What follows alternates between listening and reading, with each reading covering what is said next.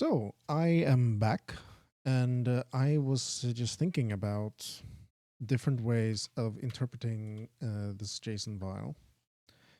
So there's one thing that is of particular interest. You have this situation where you have two keys, and they are both sharing a name.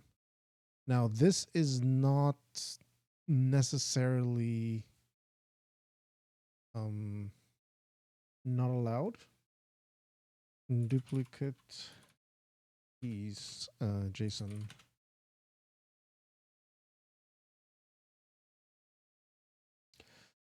So like, yeah, people are saying short answer, yes, not recommended. But technically there's nothing saying that it can't be like this. So you can also have, imagine that you have A here, and this is an array.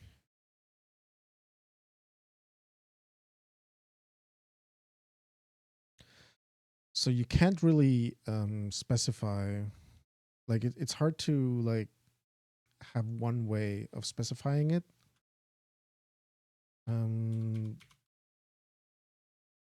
So there's one way that you could do it. And that is if we are going to our main here, JSON parse.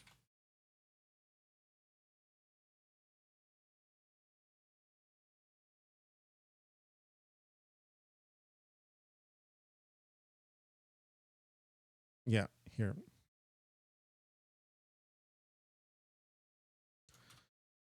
So if we're asking for A here, well, we can just say the first A is the one that we give back.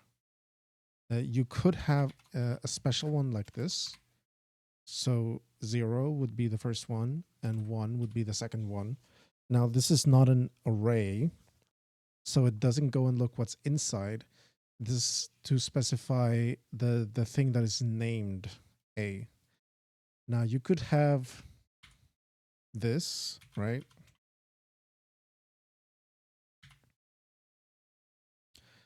This could happen. And then you have, A and B here. Well, what does this mean now? This would mean this array, but you could say like that. So then it would be the first entry of the second thing called A. If you would do the opposite, then that would mean that we are going to the first array, the 0th index, and then like this is not named anything, but you can have multiple objects that are unnamed. And if this is an object, I don't know, this would not be allowed now that I'm thinking about it. So that couldn't work. This is too ambiguous. Is how you spell that, right? Yep.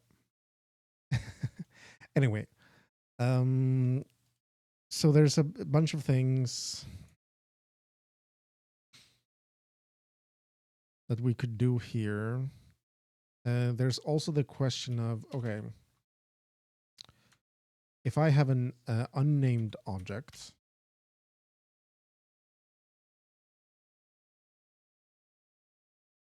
property expected. That's what is this? JSON 513.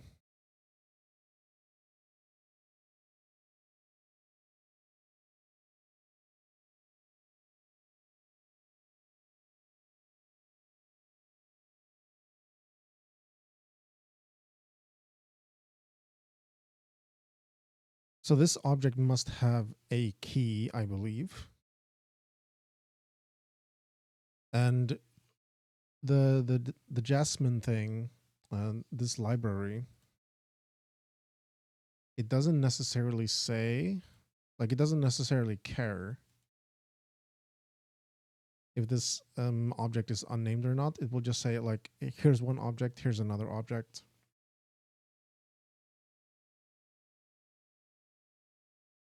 And we are not building an internal model of what it is, what is and isn't allowed.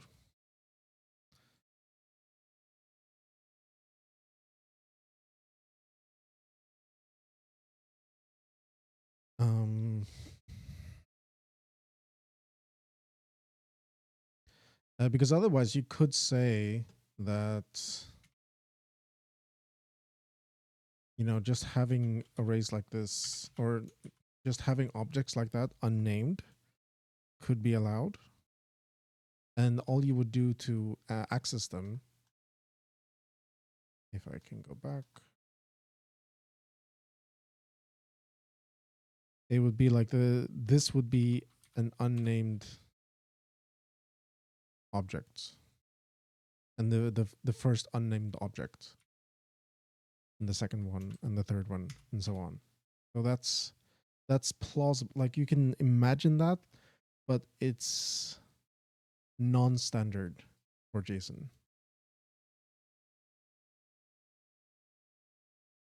Now the reason why I'm thinking about that is because, well, we can we have unnamed arrays? I don't think so. But it would work like that. Or it could work like this. And that would be this one. I don't know. It gets a little bit hairy. The reason why I'm thinking about it is because if we're having an array,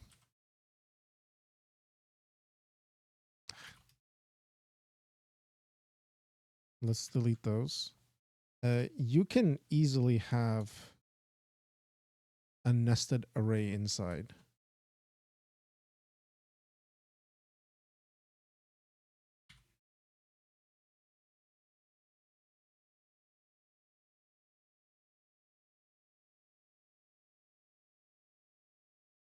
Something like that, right? So then how would you access that? You would go for A. You would go for, let's say we want to go here. So let's copy paste this. A.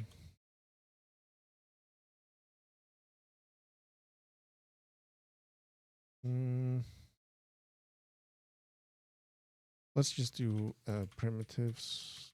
So let's do this. 0, 1, 2, 3, 4, 5, right? This is completely valid according to the JSON format.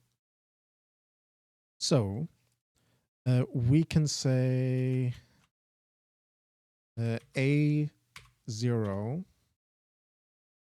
1. That would be this one, and then this thing there. So the 0th index and the first entry into that array. And that's completely fine. Now, you can actually mix objects into that. You can't end with a comma, but you can have this, and then you just throw in, you know, a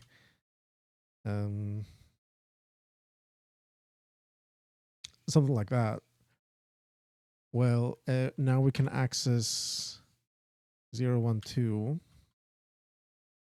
and now this is invalid.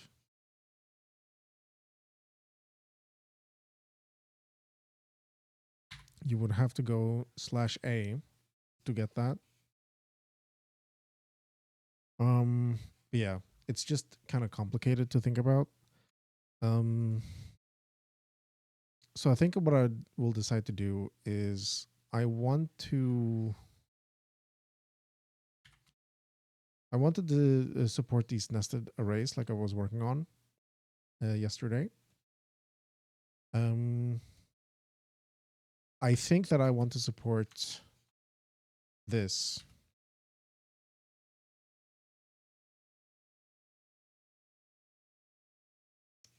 And the way it would work is by doing this.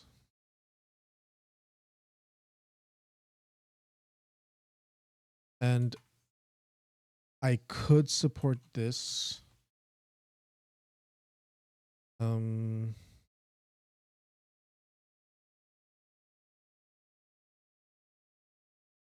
I could support, like, it's plausible that I could support something like that, but I don't really want to program that at the moment. So what I'm going to do is I'm going to continue from where I left off yesterday.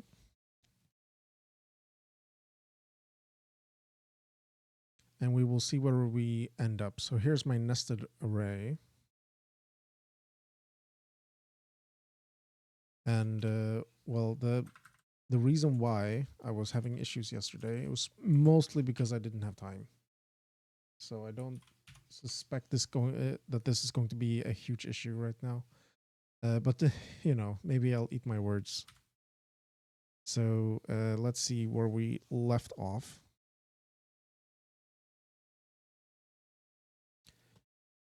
What we were doing.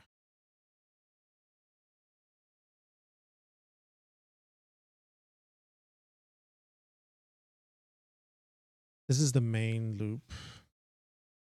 I want to look here. So we have an array count and array index.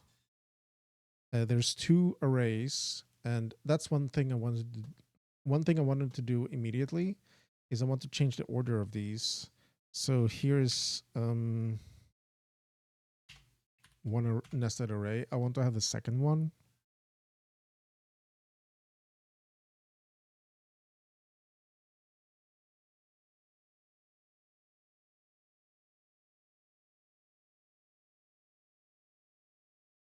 Oh, I can't do that.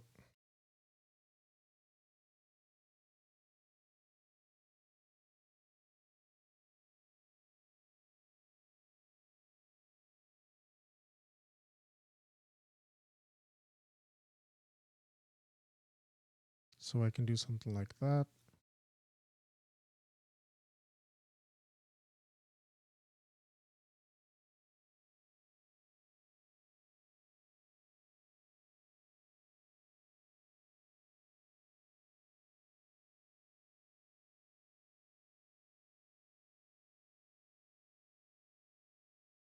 Okay.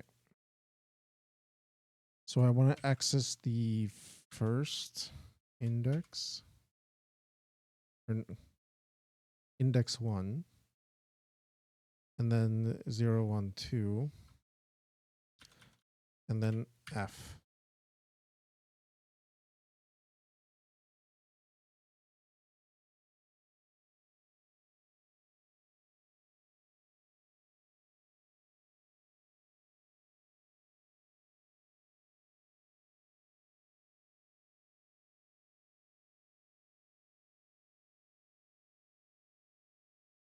Okay. So we have array count 2, array index 1 and 1.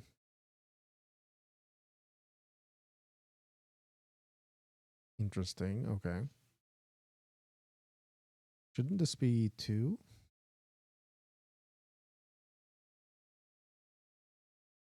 I think I want to take a look at that.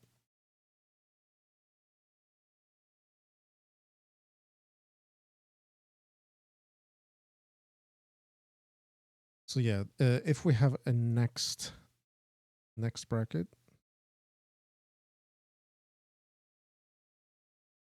well, I'm reading the same one twice. That's no good.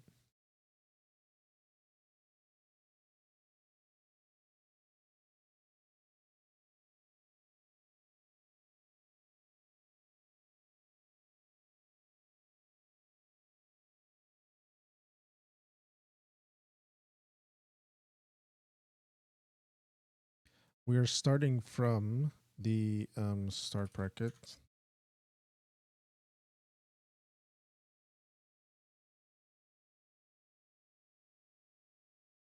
Or well, actually the end bracket.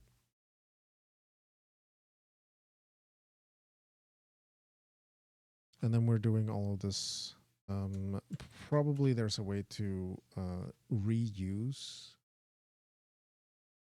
the code there.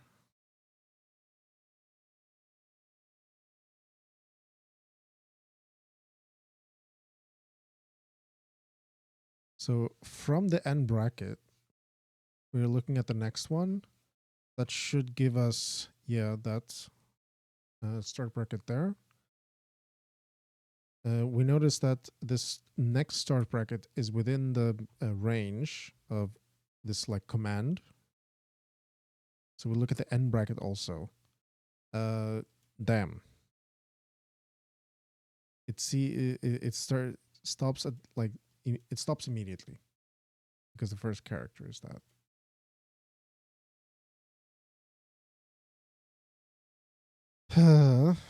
But I don't know.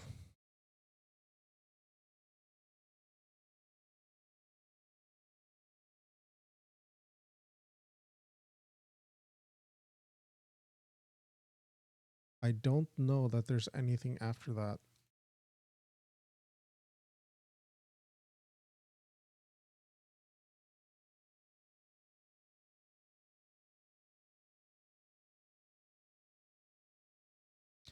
I think there's maybe a better way to do this. We have array count and array index.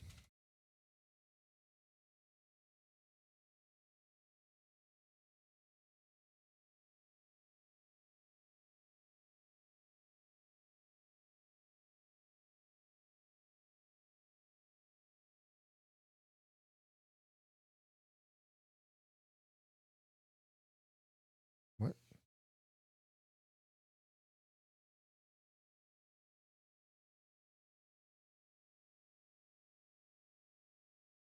So we have our array count and array index. While are we making a new pointer?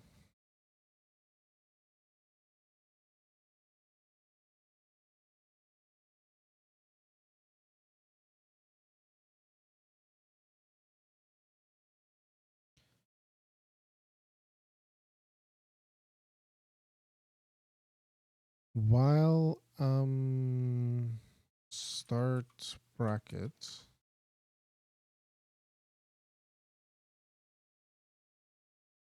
Where's that defined? It's defined afterwards. Okay, equals null pointer.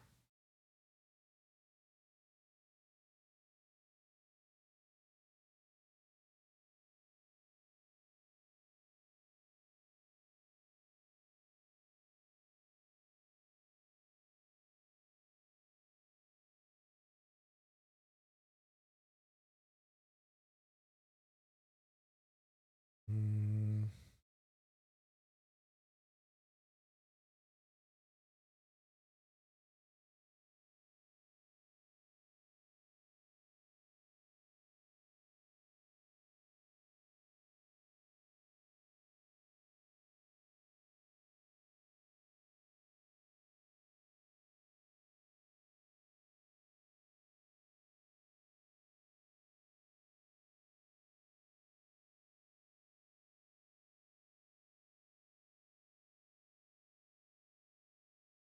Mm-hmm.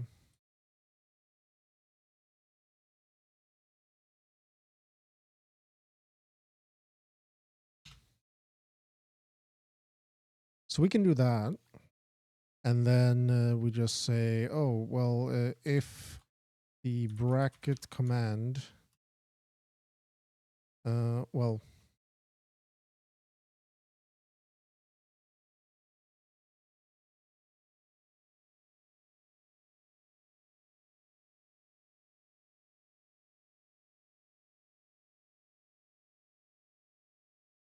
we do the same thing for the M bracket.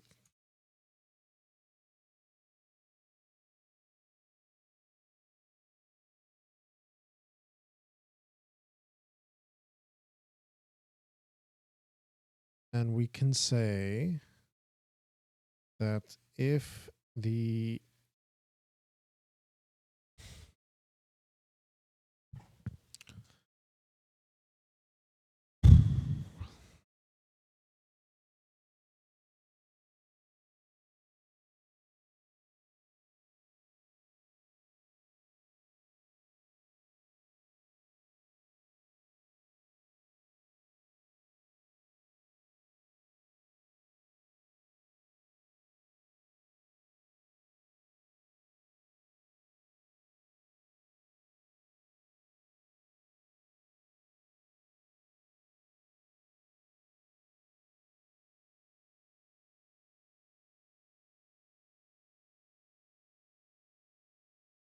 the first thing we need to know is that start bracket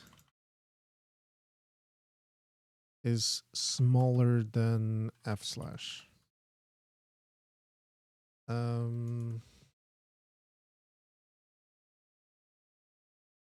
Well, we don't know if there's an f slash.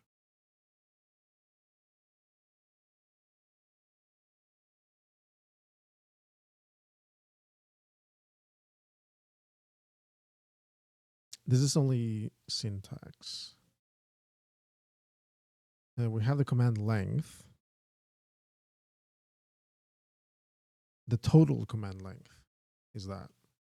But I want the length until the end of like this command. So we can say total command length is that.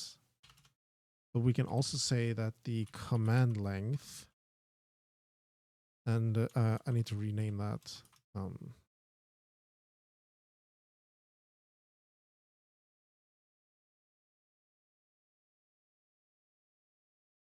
Or do I?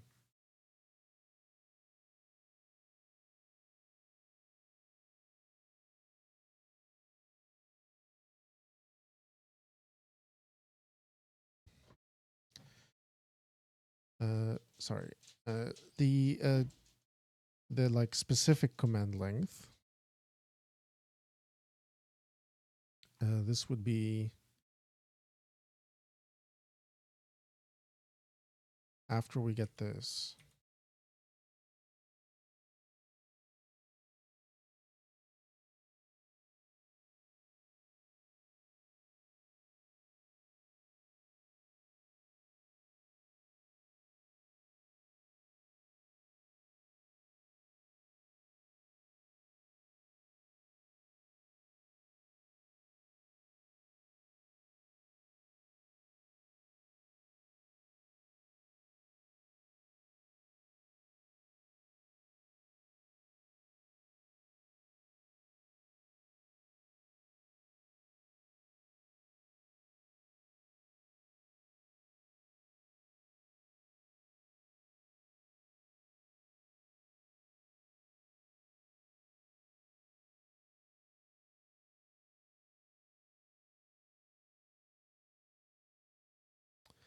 Right.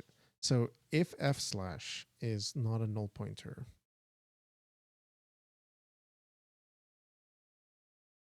then we can take the f slash minus command.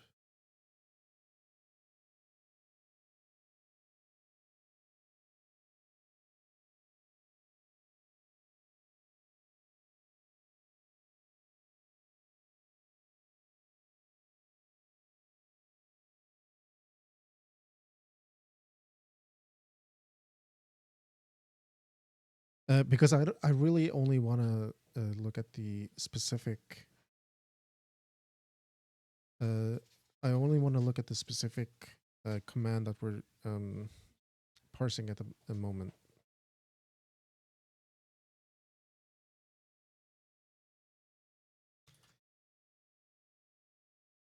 Right. So if I have a bunch of things here,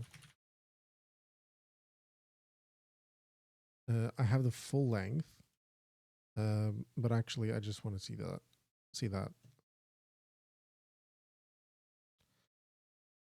So maybe I just do that immediately.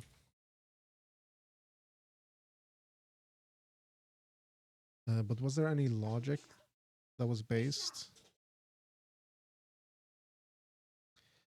I don't think there was any logic I wrote that was based on the total length of the command.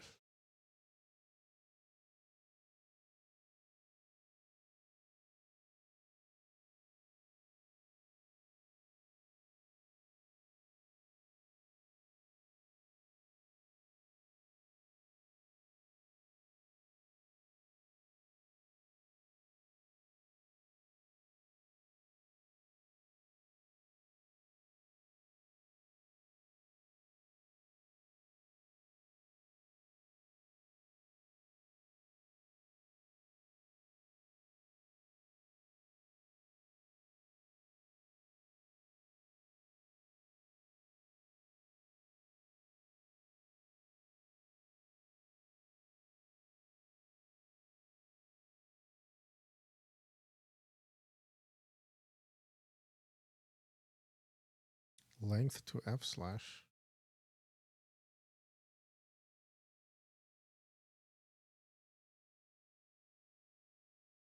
Am I using that?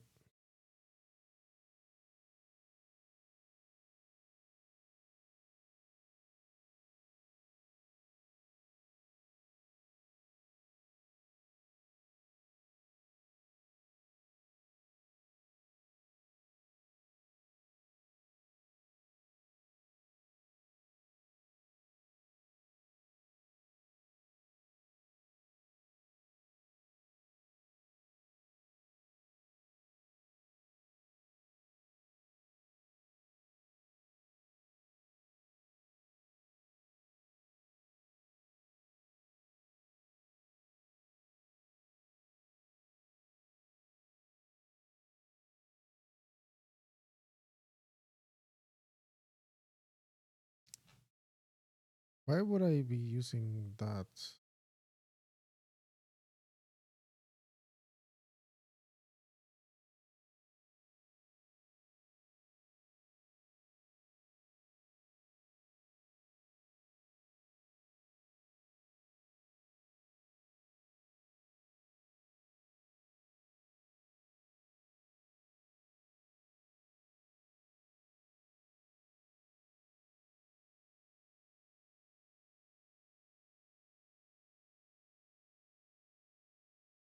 Well, the logic works.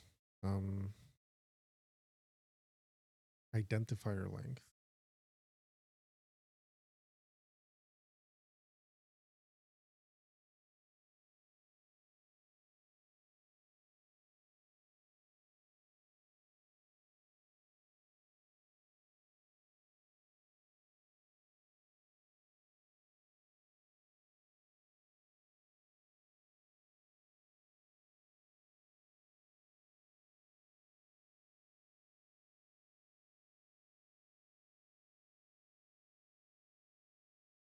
That is important.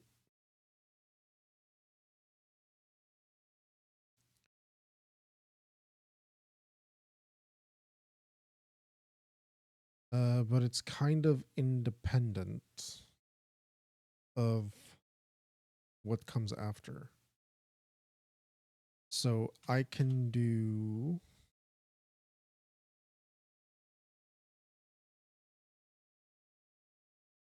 whatever comes after the command.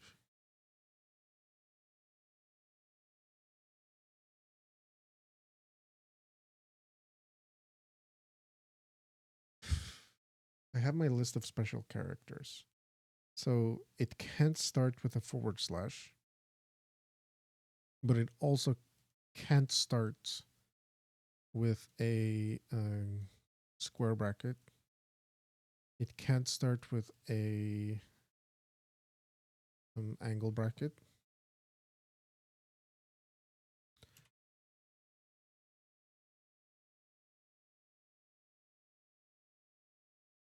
So should I maybe...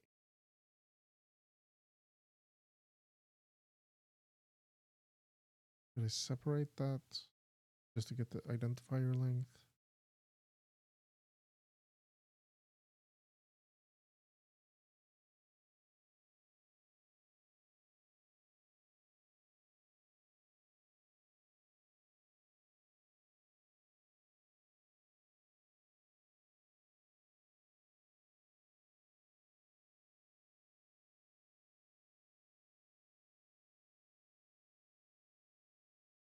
I could just kind of like type it out, but I feel like there's a better way.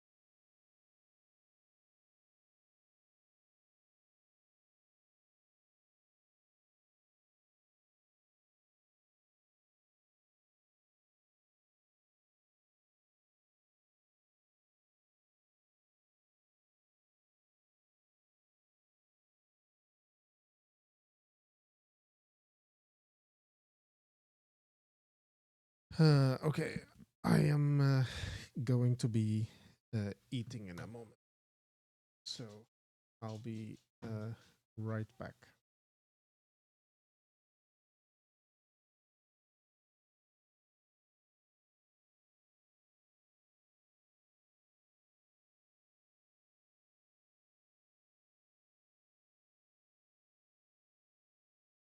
Okay, let's continue. I just wrote this quite quickly.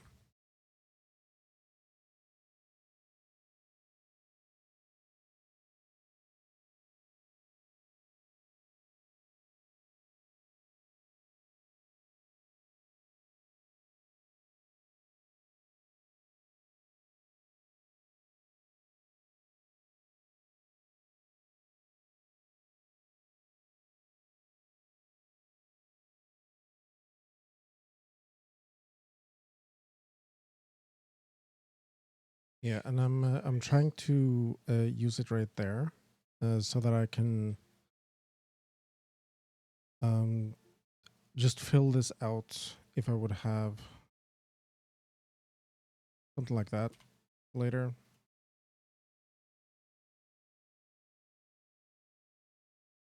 And then everything like just expands to fit it. For each special, we're getting the length, and I also want to get the longest or shortest length actually.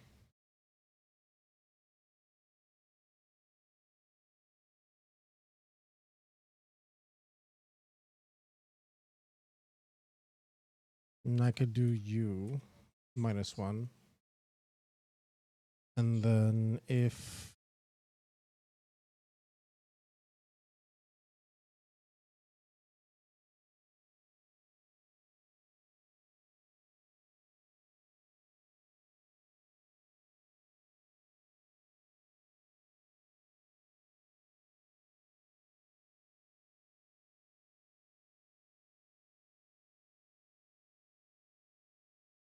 so we're just saving the shortest one if it exists, and if it doesn't exist, then it's quite large.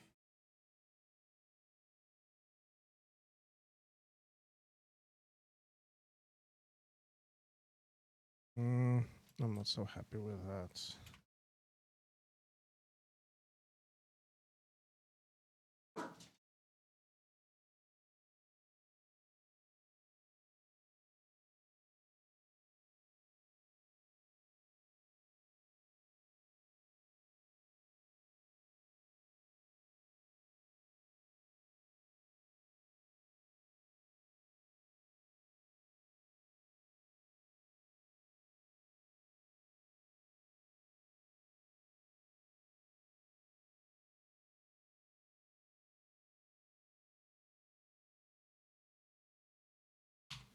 I could do like if shortest equals -1,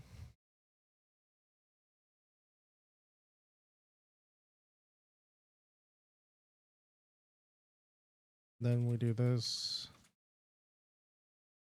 and otherwise we do it also.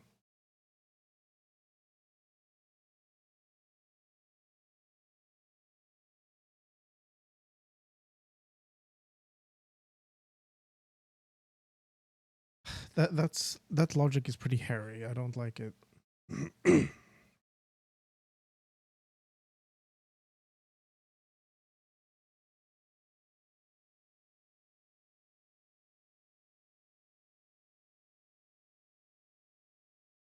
So that means that the first time it's initialized to whatever it is, only if this is null pointer. Otherwise, it grabs the shortest one. So that should work.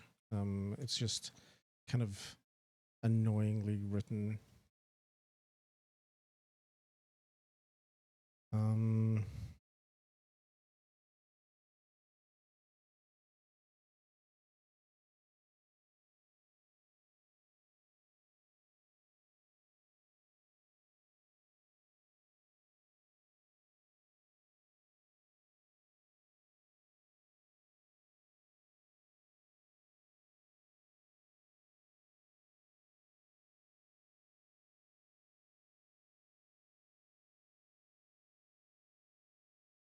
So we do that.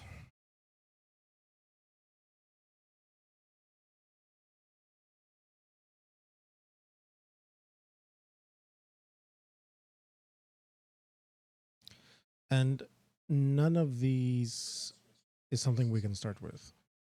So we are just doing the same kind of check. So like, if this is true,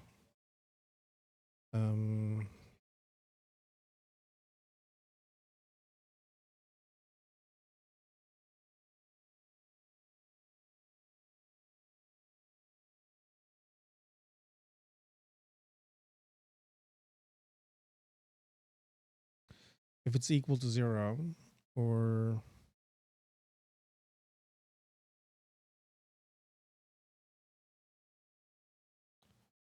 well, also if it ends with it, because it can't end on any of these.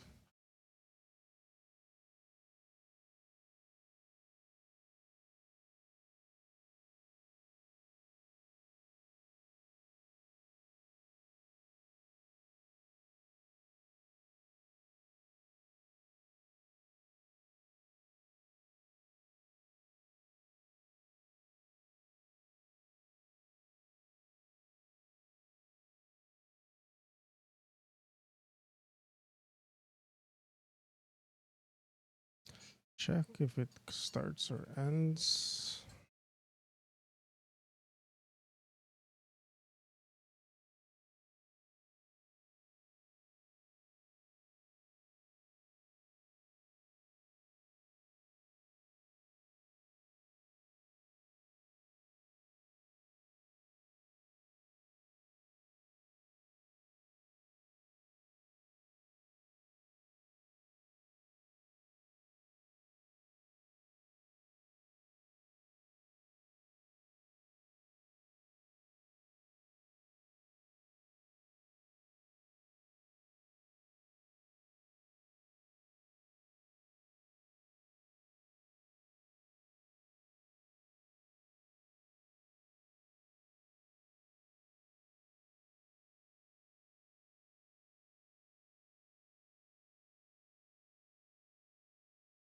So then after we are finished with that, we have the shortest. So if the shortest equals -1, uninitialized, or never set.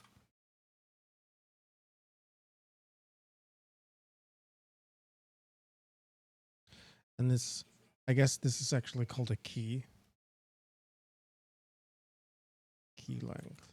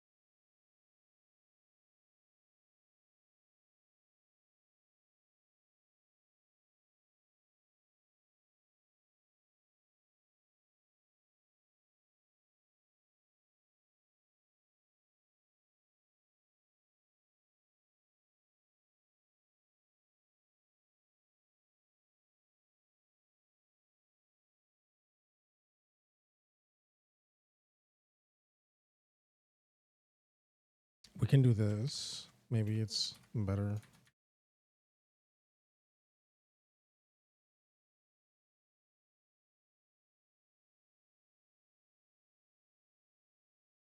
So we have that.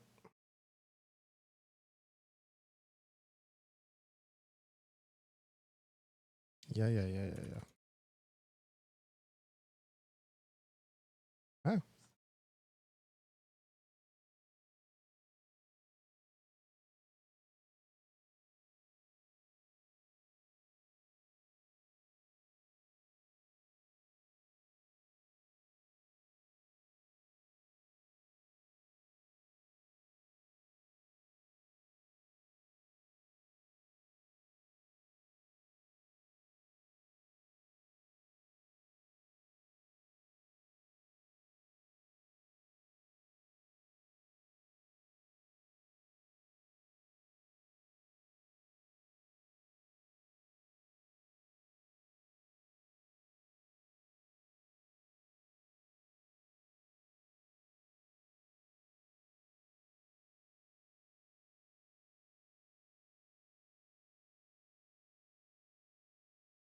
Well, I did it.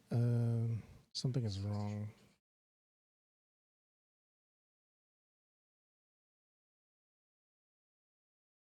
Ah.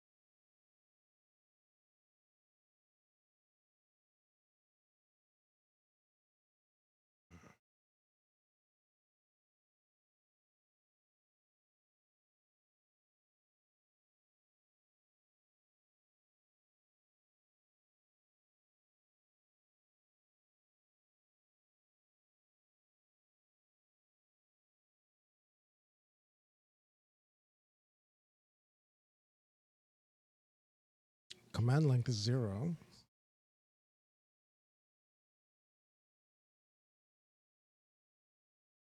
It shouldn't be.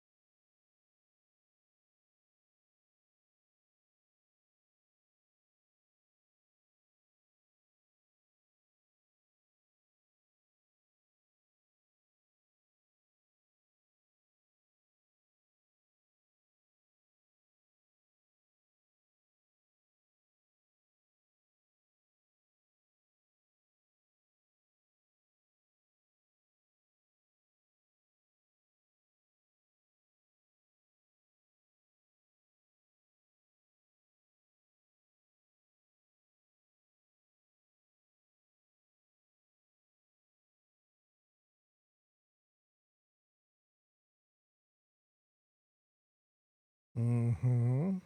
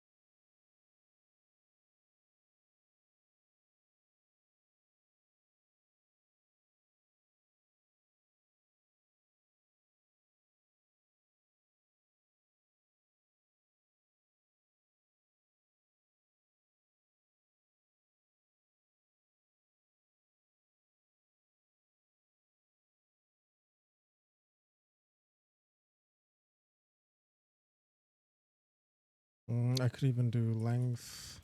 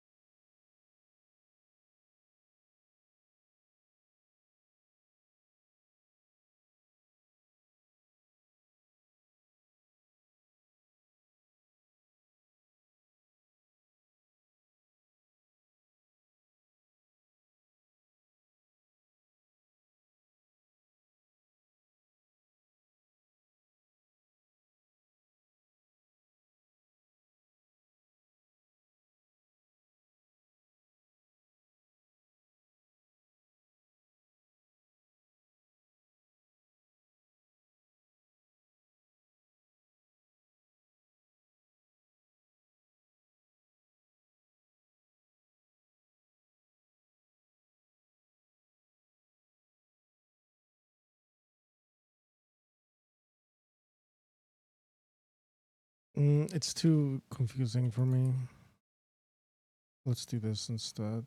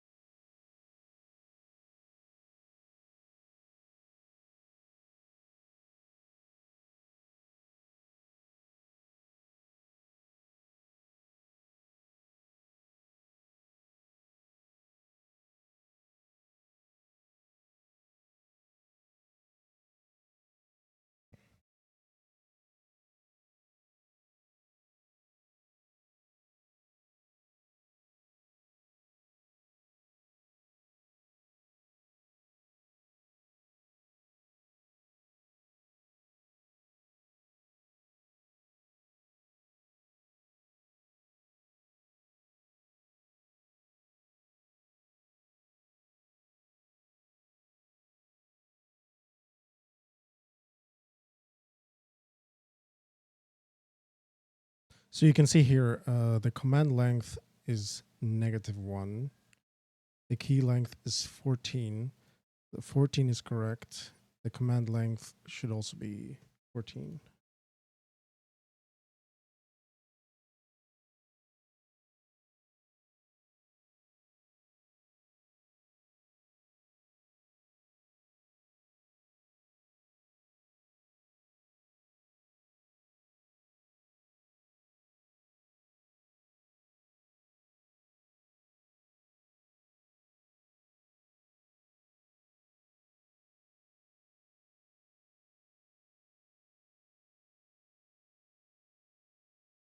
Now they are the same.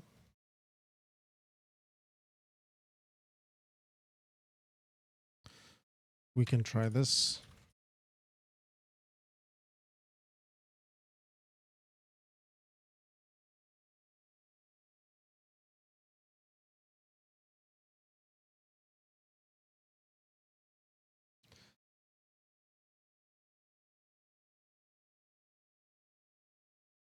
It's not a null pointer. This length is going to be 0.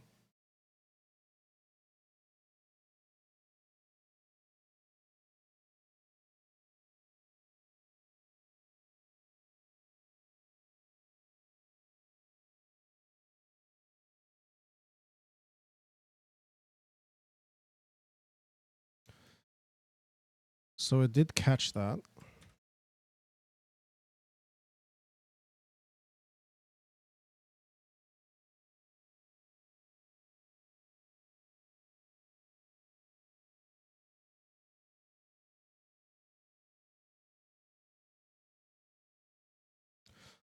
Well, this is not set right now.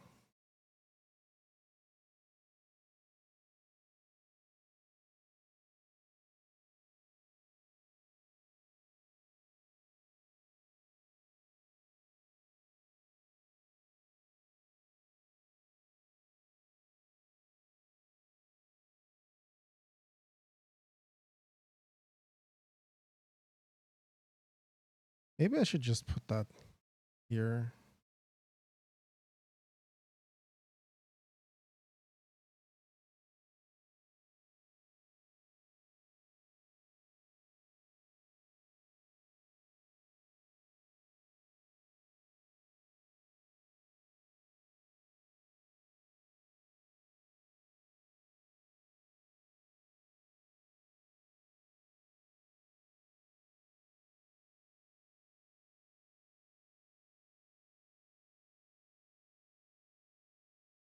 So yeah, now that should work just fine.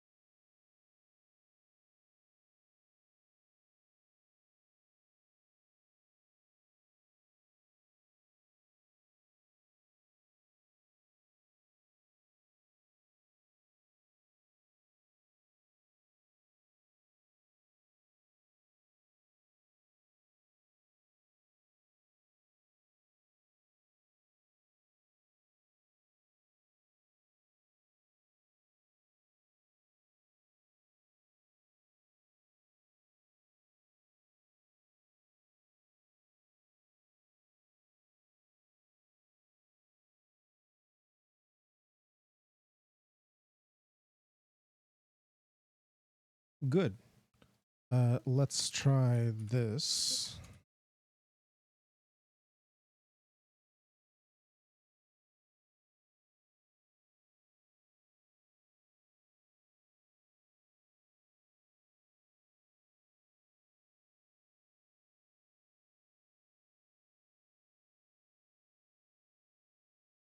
Still 14.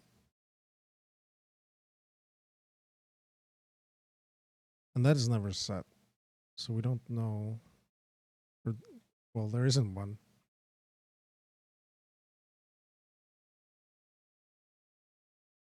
Oh.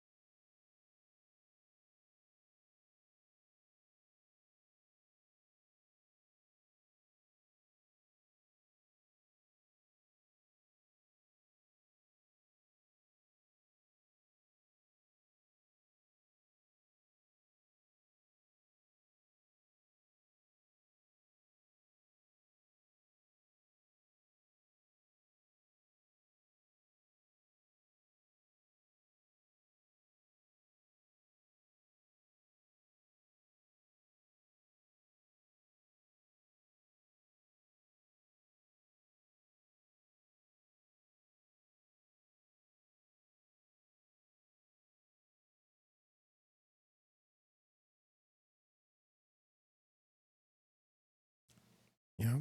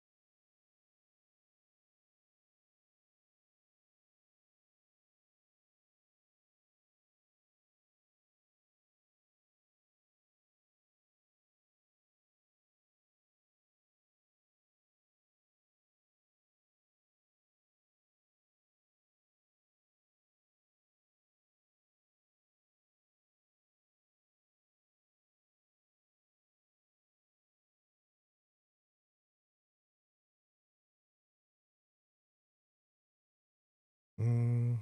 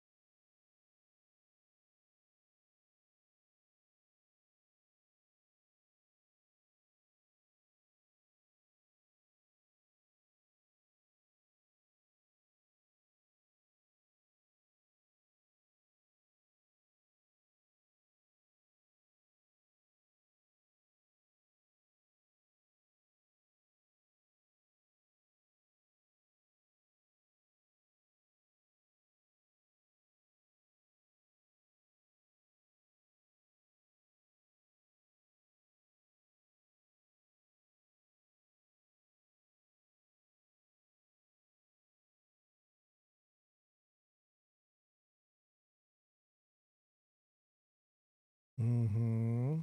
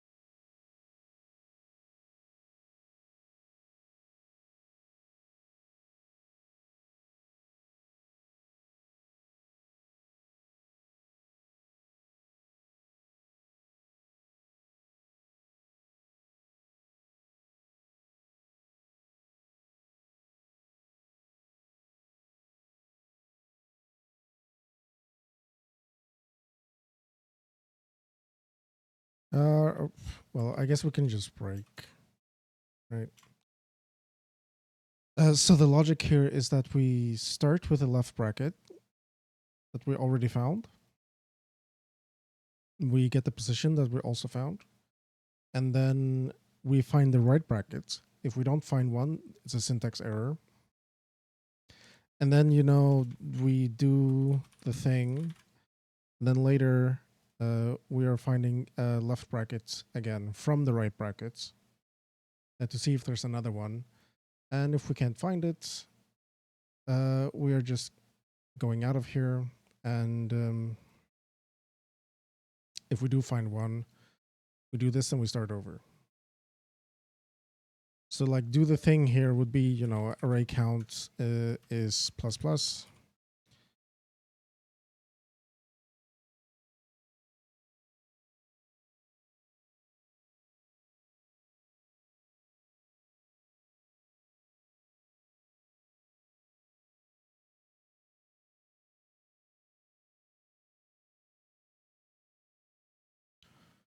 We can grab that index and we can just say, you know, set it to the thing that is str2l.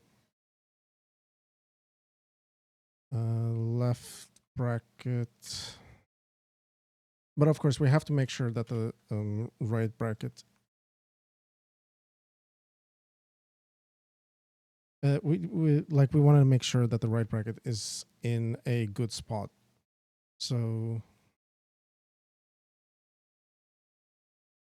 number one thing would be that the left bracket or right bracket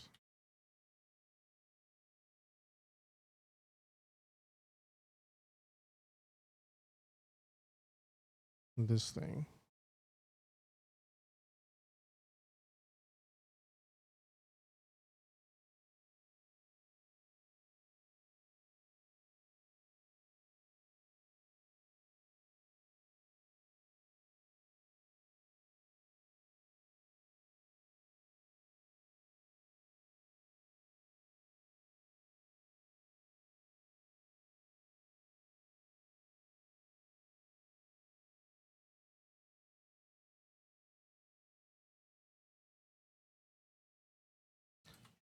did I have a set for that? Command length max. It's not really what I was thinking about.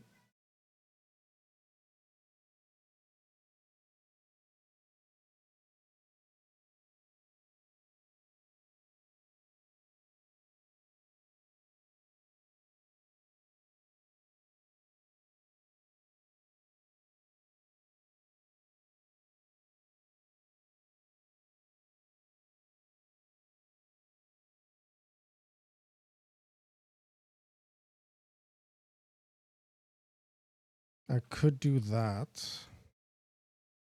And then I can just say, oh, if this is above the CMD length, then yeah, that's a syntax error.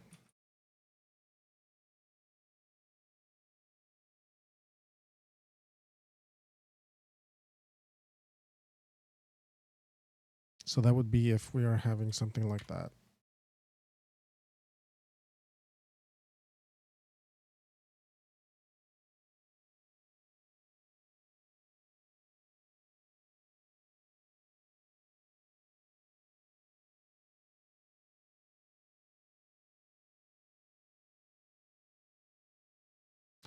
Same thing if the right position is equal to left position +1.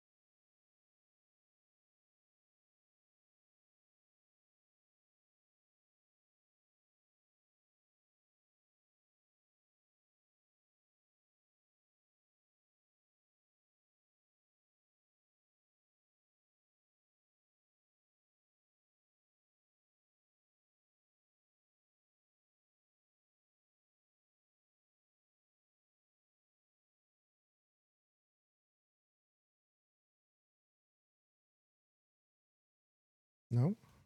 Undeclared?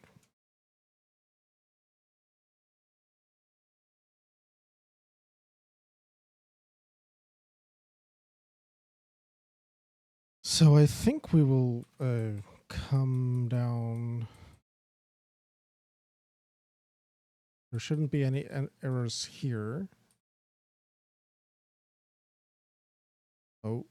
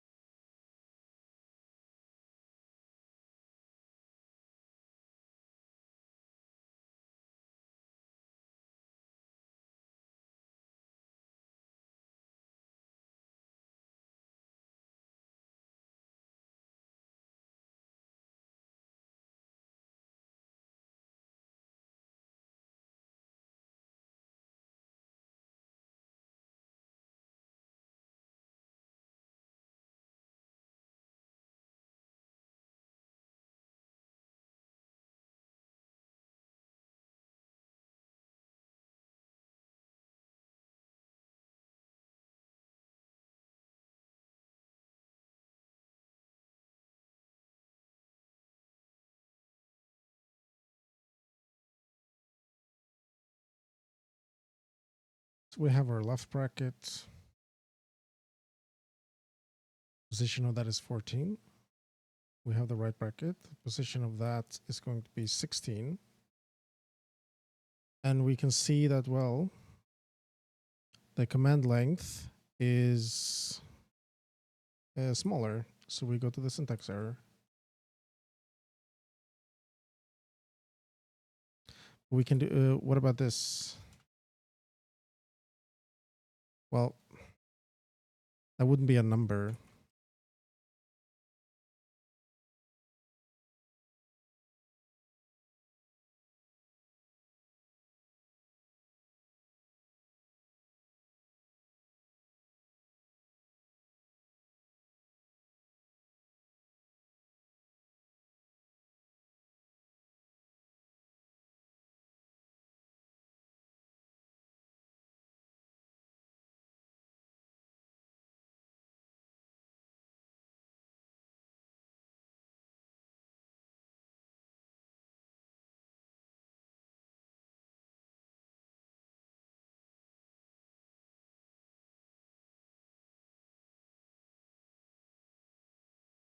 Hmm?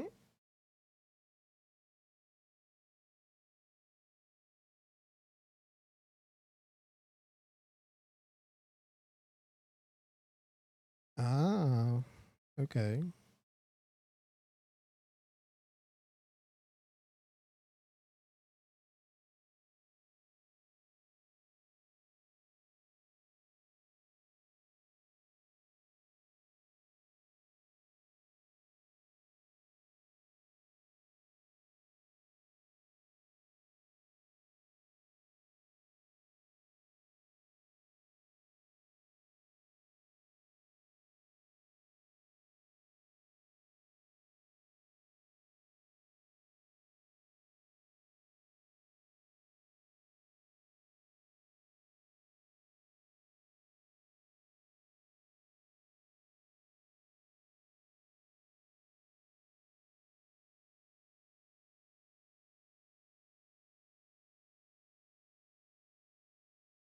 It's good.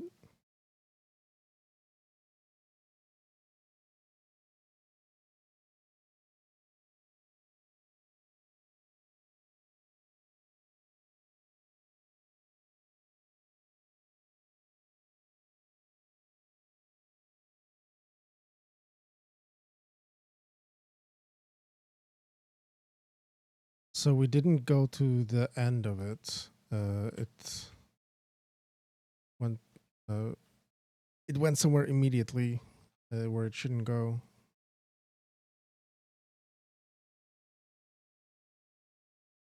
Str to L.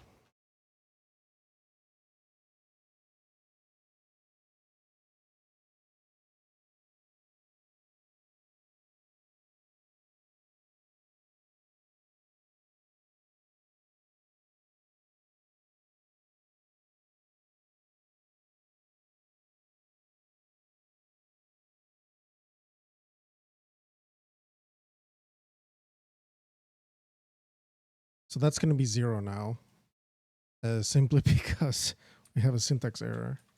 But that's good. Because, you know, you could put anything in there.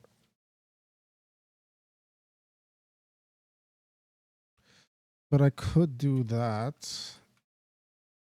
And that wouldn't be... Well, it would be, because now it's going to complain that this is not at the same location as that.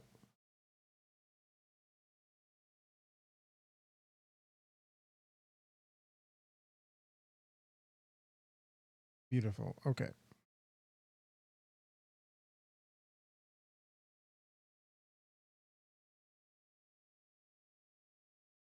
So that should work.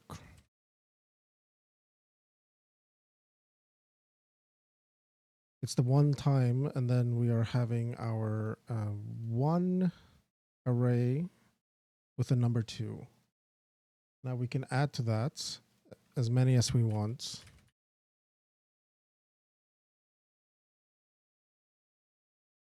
Let's do 1, 2, 3, 4.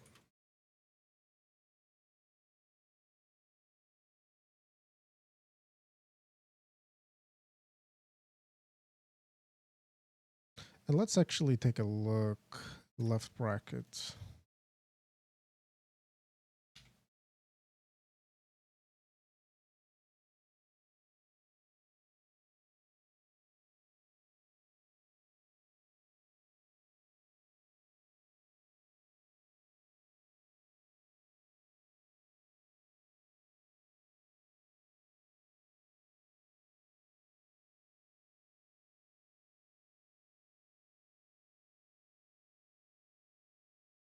Look at that.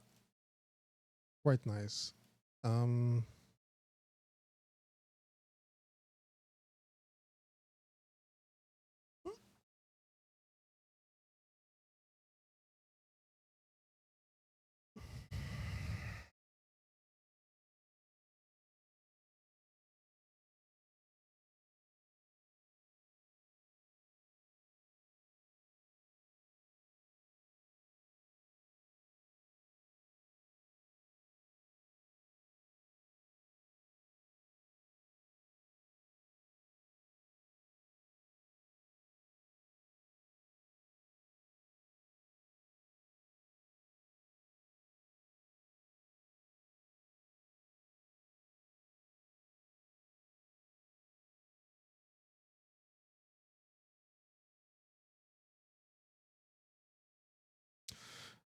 If I would do this, it would be basically the same thing, except this would be invalid.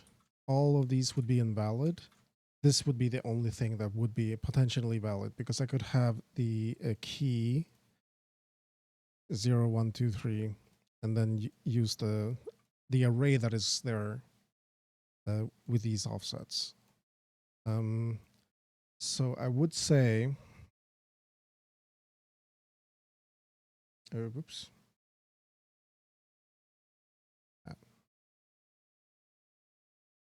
I would say, let's do this.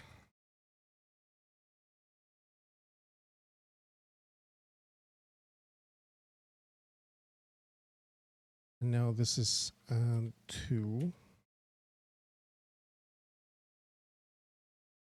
Yeah, you see, this is just way overcomplicated.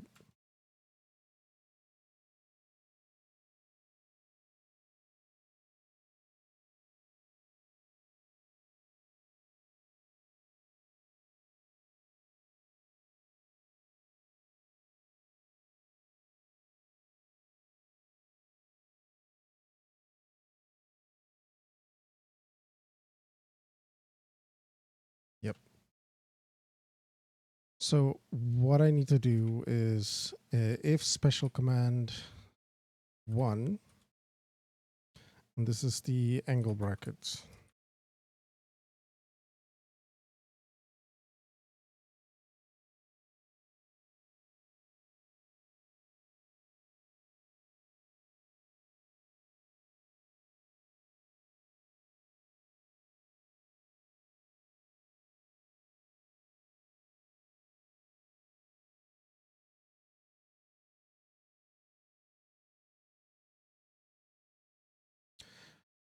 And it's kind of exactly the same thing.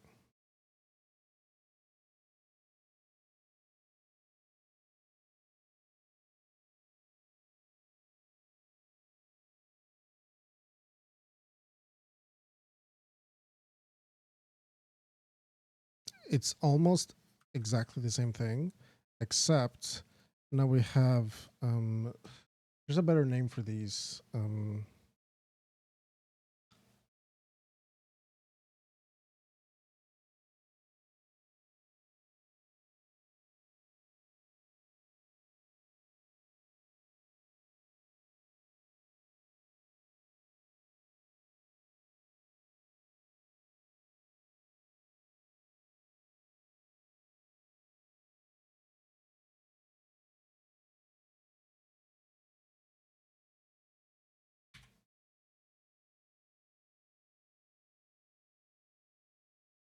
Open angled, closed angled.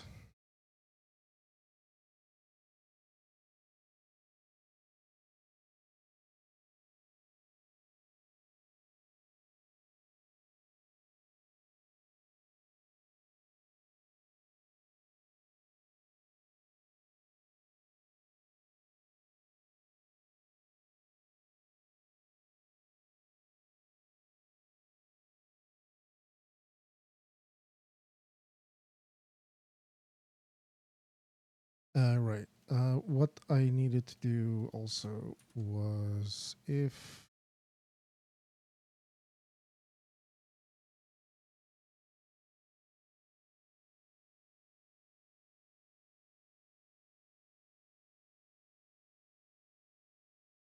the array count is equal to JSON nested array max, syntax error,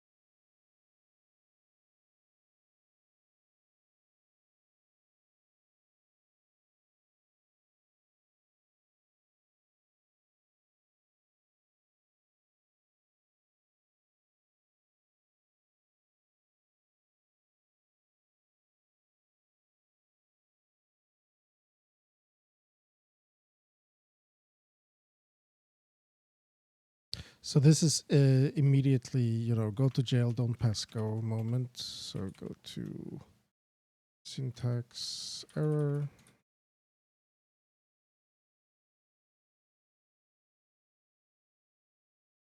And we don't really have to do it, make it do there. So let's see, left.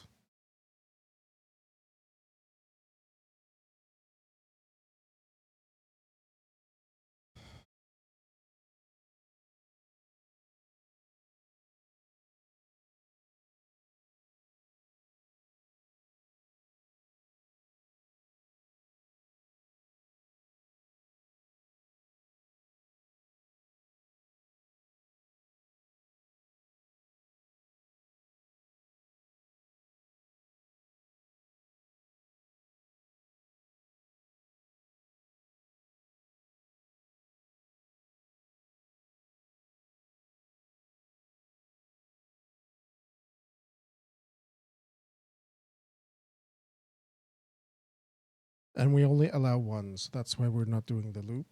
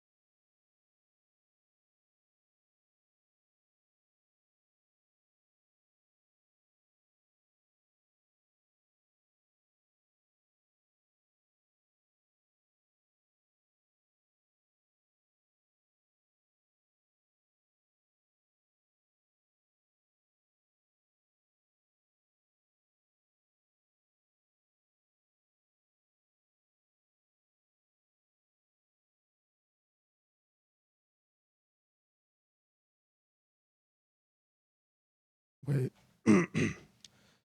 So I need to do this thing. If it's if the left position.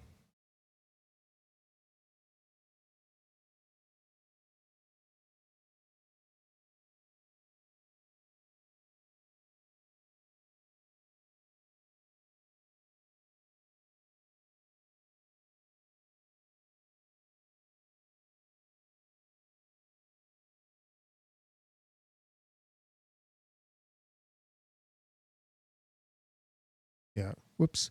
We're doing if left position is smaller than the command length, then we're going to jail.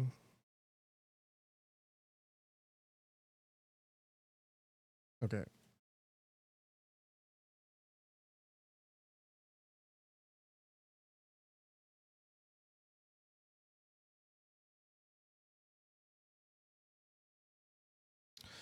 And also I need to make sure that this is not allowed.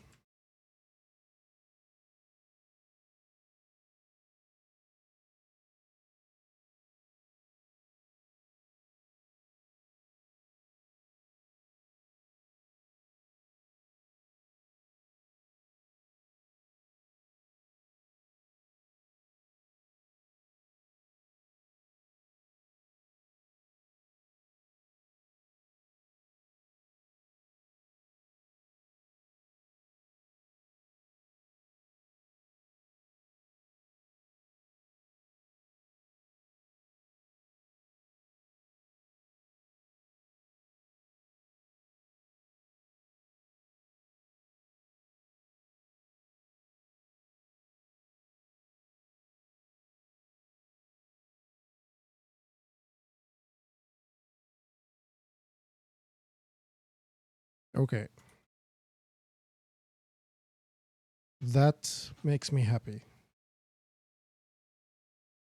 So then we can go through all the tokens. Let's see.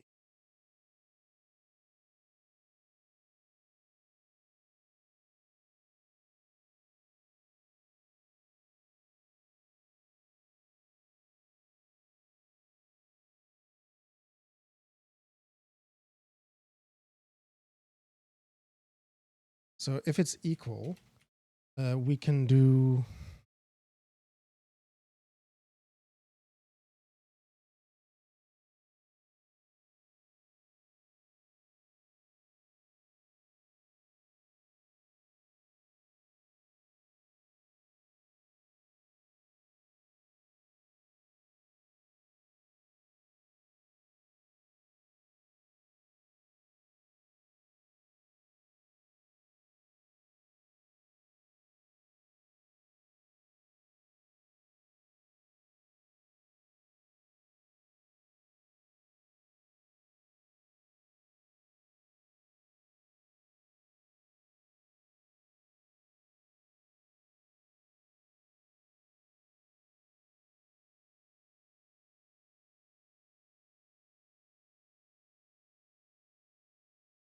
I'm not happy about the number of if statements here in a row, but I don't know. I don't think there's a really good way of avoiding it. So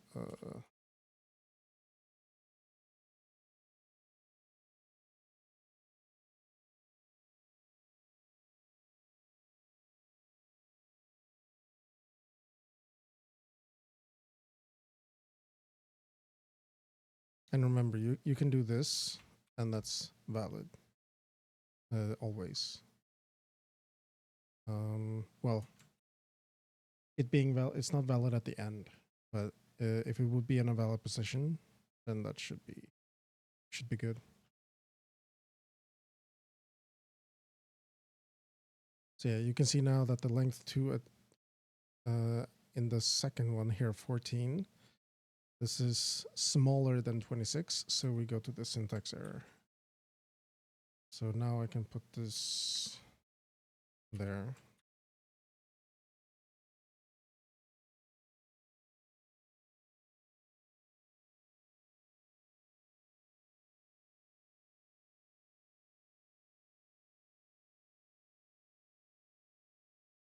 Hmm?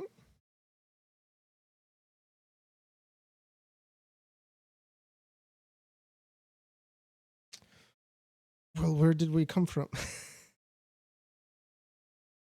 That's the issue. That should be valid.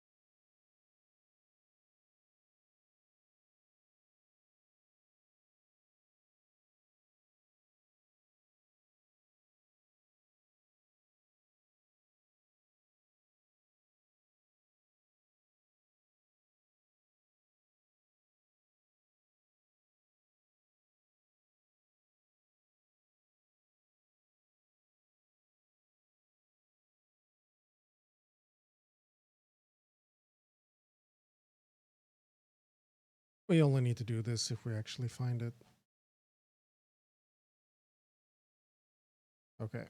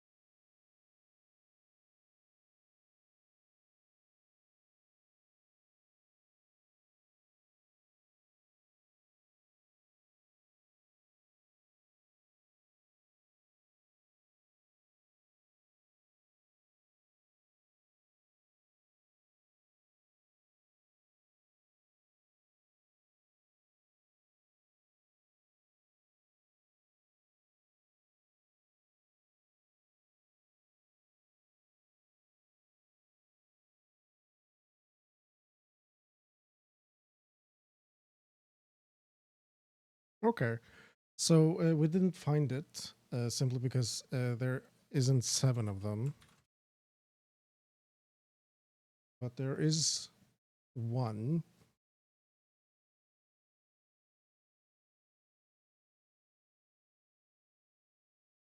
So then we go here, and this is where the last part of this parsing function will take place.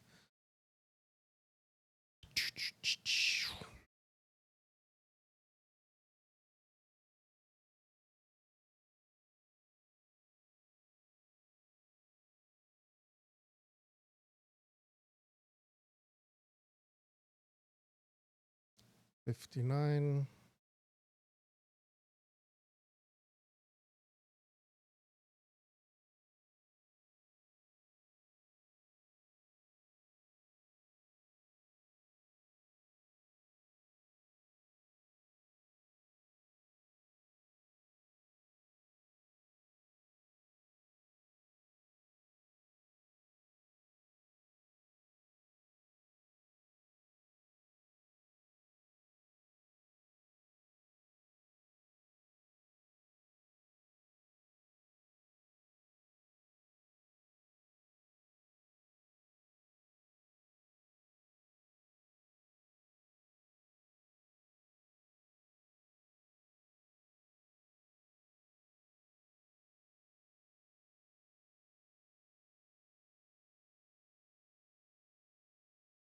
Why do I do that? Just to keep within the space, I guess.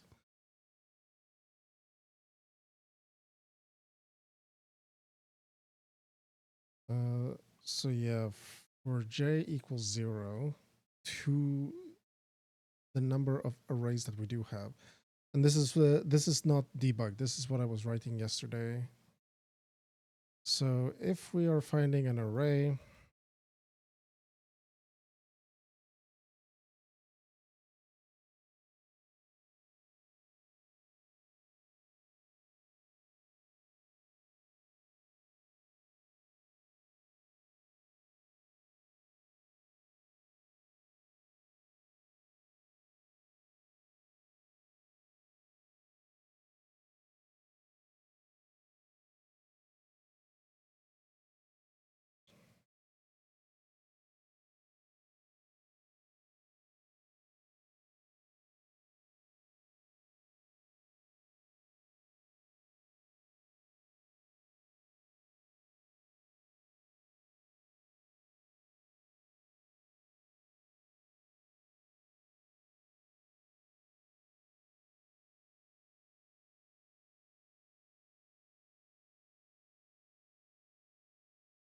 We are at an array.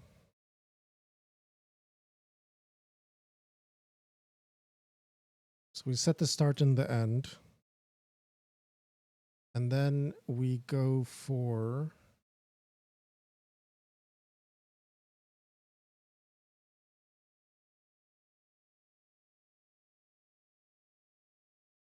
well, right now we're at we're looking for number 1. The first. So we're skipping up to that point.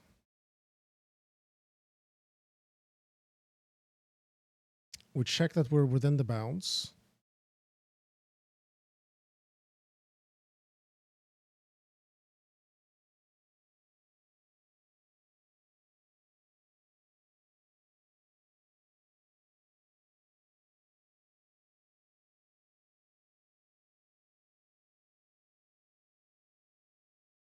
This is a little bit hairy. We are looking at this one, right? Yeah, some other array. So we should have found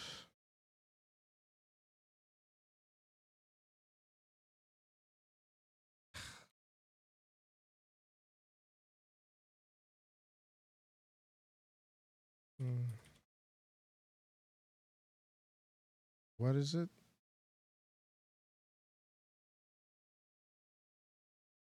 JSON source.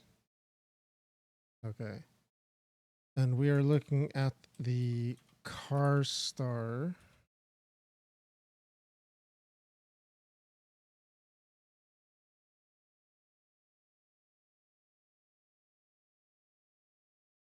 Of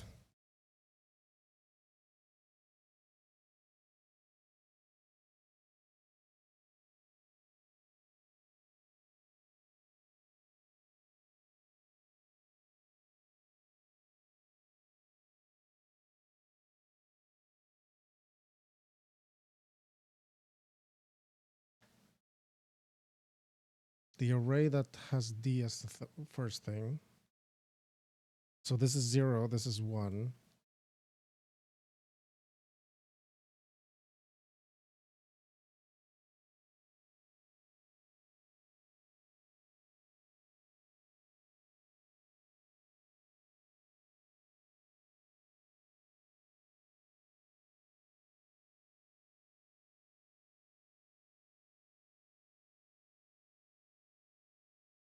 Now I do wonder if I'm gonna get this invalid JSON structure. It's not invalid if I would hit that.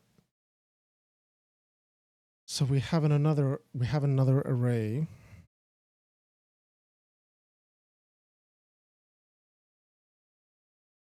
We skip twice. And we're somewhere else completely.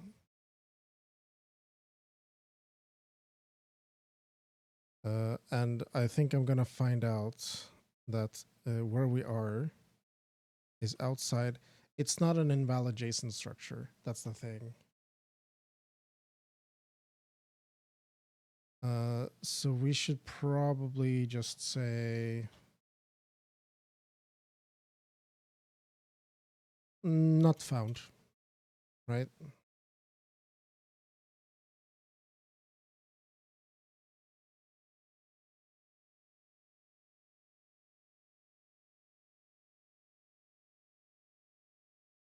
But something that would be found would be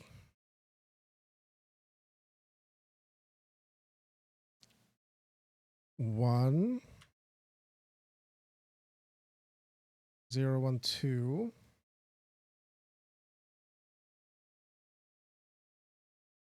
Wait, what?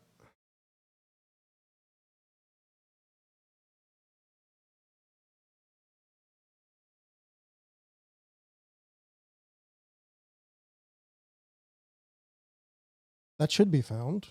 No. I don't see a reason why not.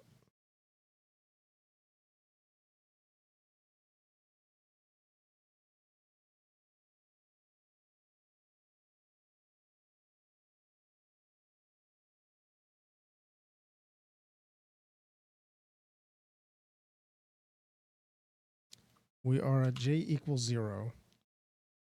And we are, starting from the first array here. That's what I'm seeing. And we go to that one that's correct. The next one.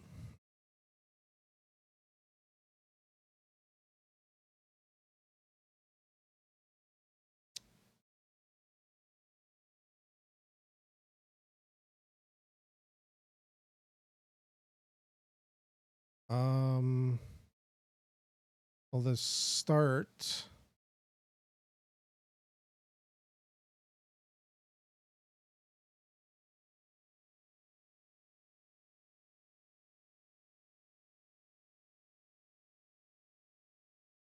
I'm confused. Okay.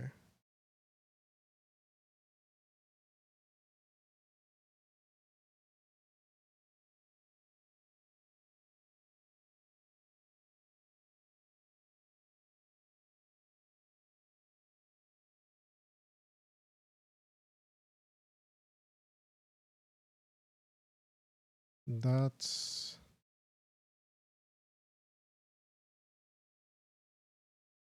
see, that doesn't make sense to me. Why would it do that?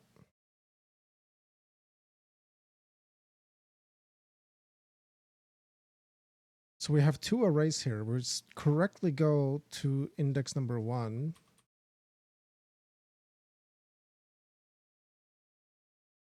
And then we're skipping.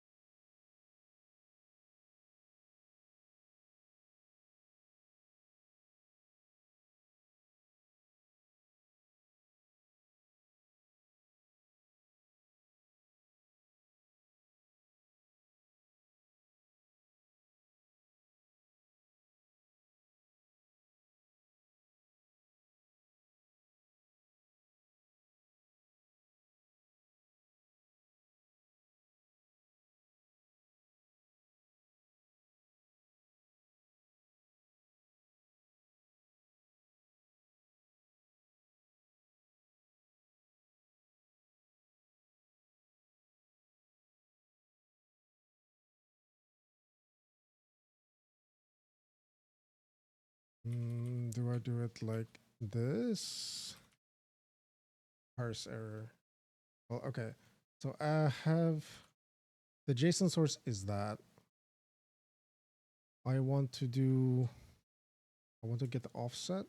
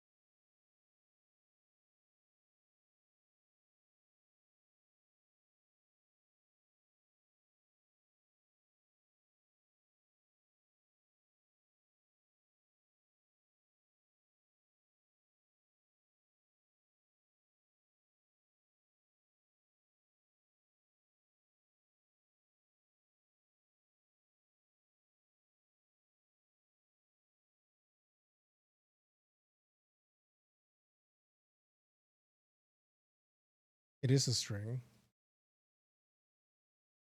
It does end at 80.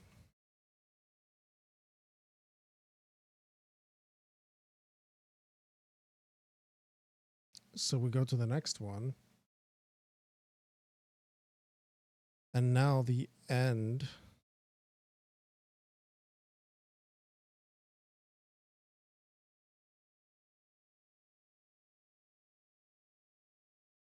it's after. Okay. So we're at E.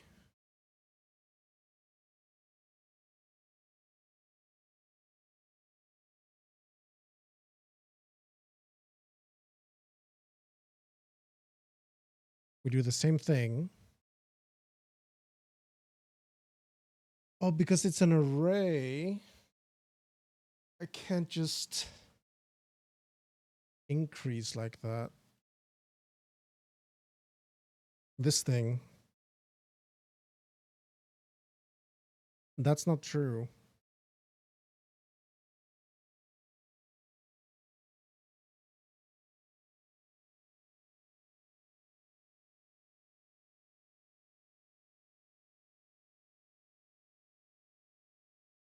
For array specifically, that is not true. So if I do this now,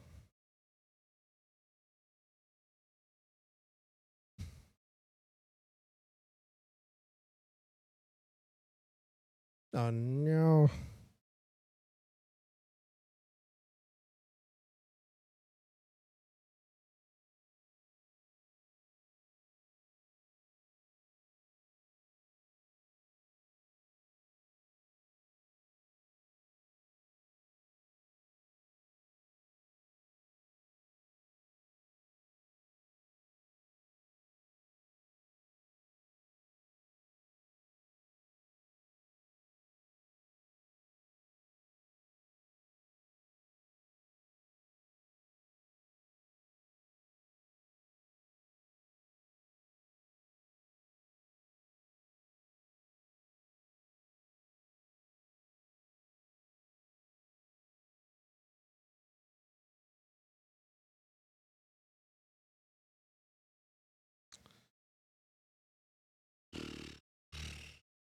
This is annoying.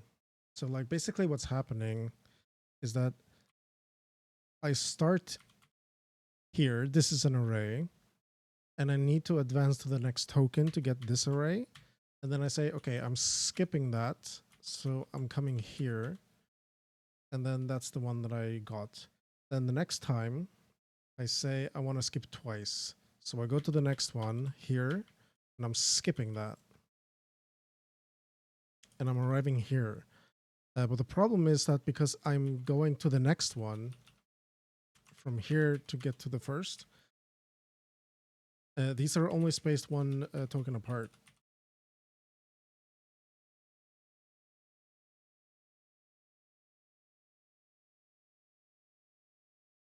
So for arrays and objects and keys, you have to skip twice. But if I have something like that, or even this, then it's not skipped twice, it's skipped only once.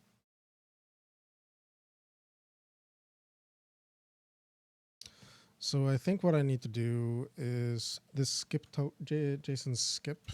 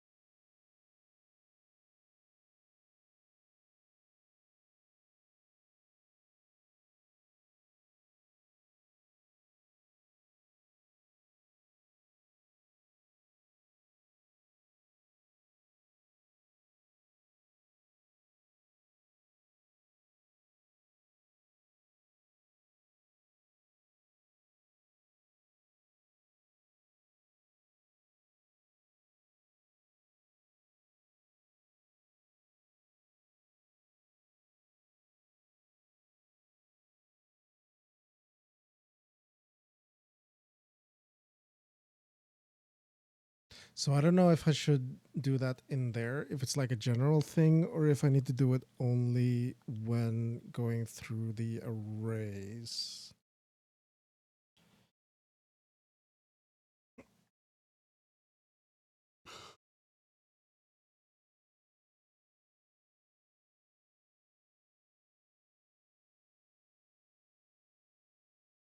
I am not using it anywhere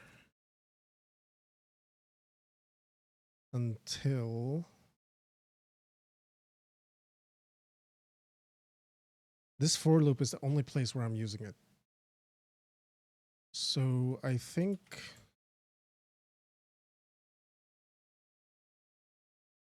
this might work pretty good.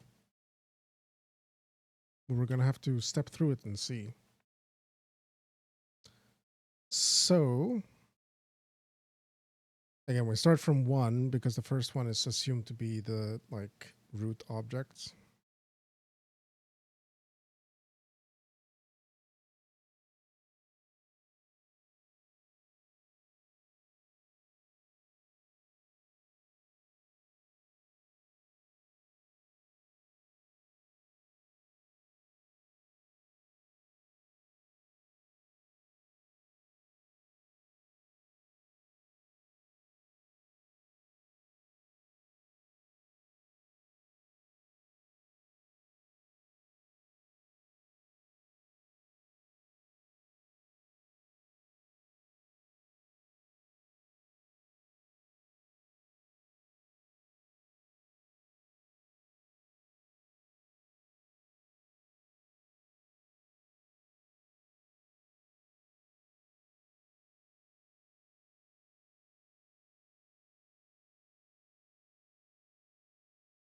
No, this doesn't work.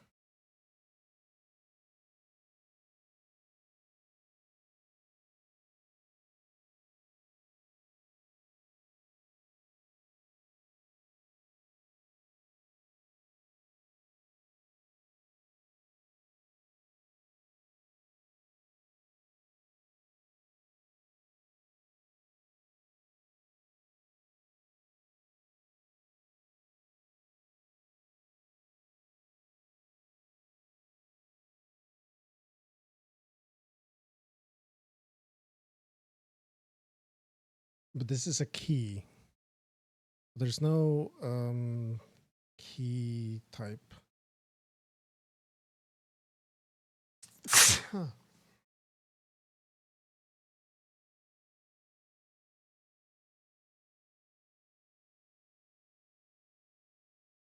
There's only string.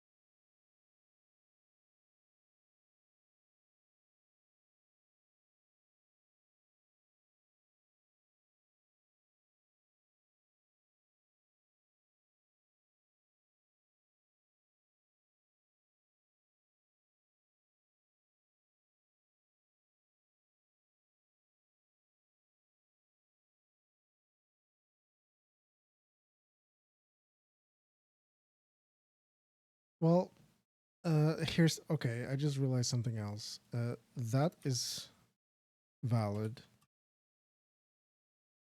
This is not.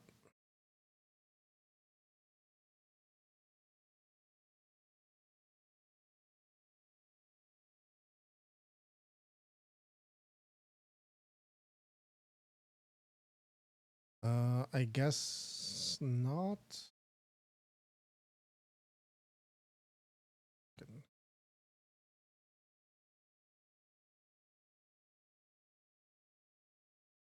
So I guess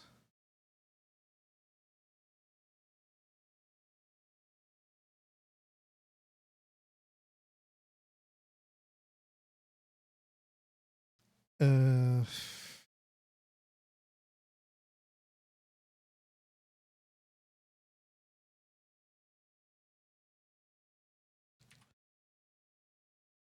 I have to look at this again.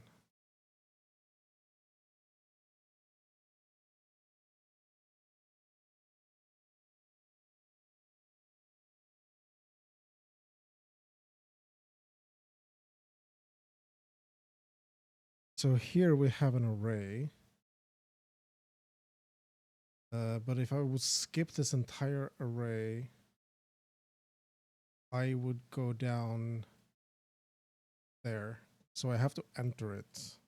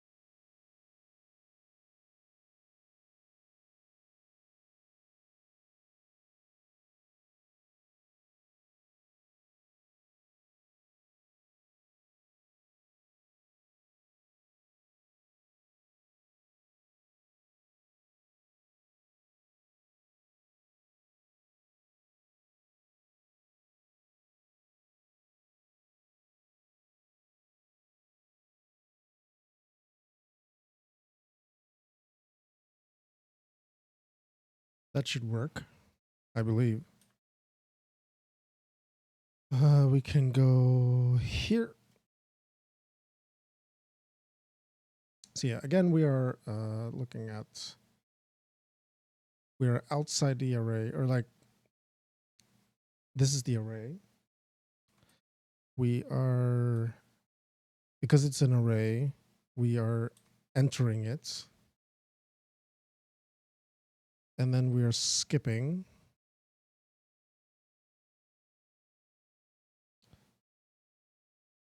Now we find ourselves in a new array. So we enter it. And then we skip that one thing.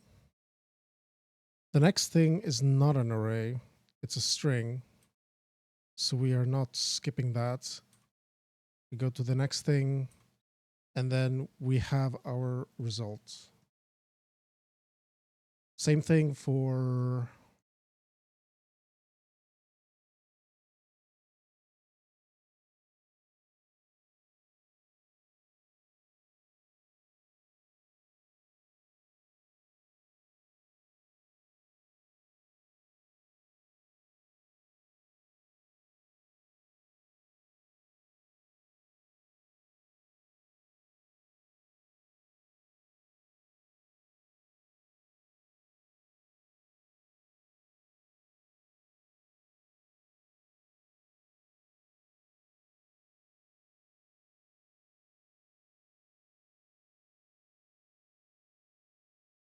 let's do that.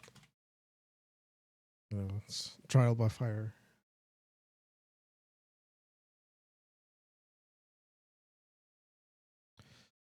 So yeah, we enter that. We skip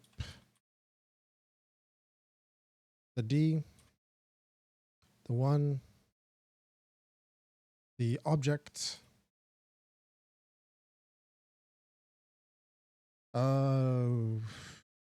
Oops.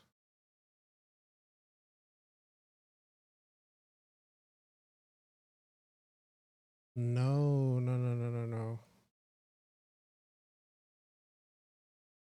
So maybe we don't skip objects.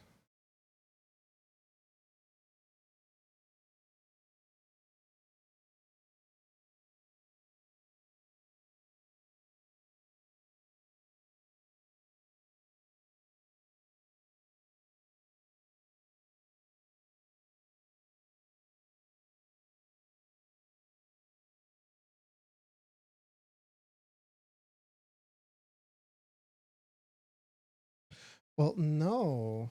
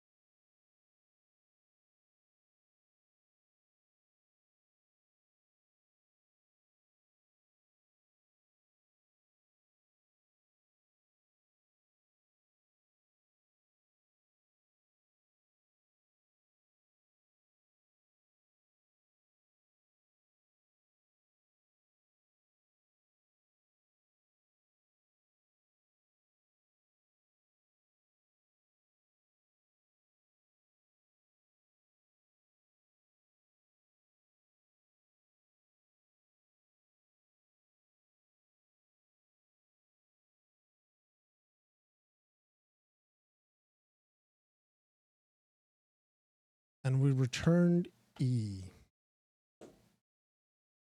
Wow.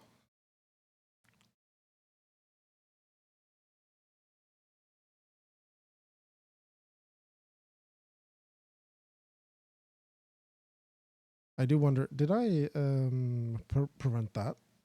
I think I might have forgotten that scenario.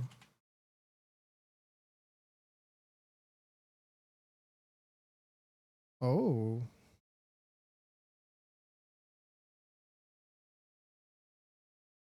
Maybe I wasn't dumb. Yeah.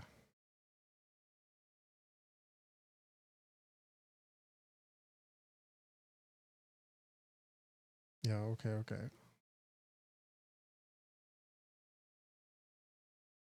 The reason I'm thinking about it is because, well, now we're getting to the nesting. Not nesting, recursing. So like, okay, I'm entering this slash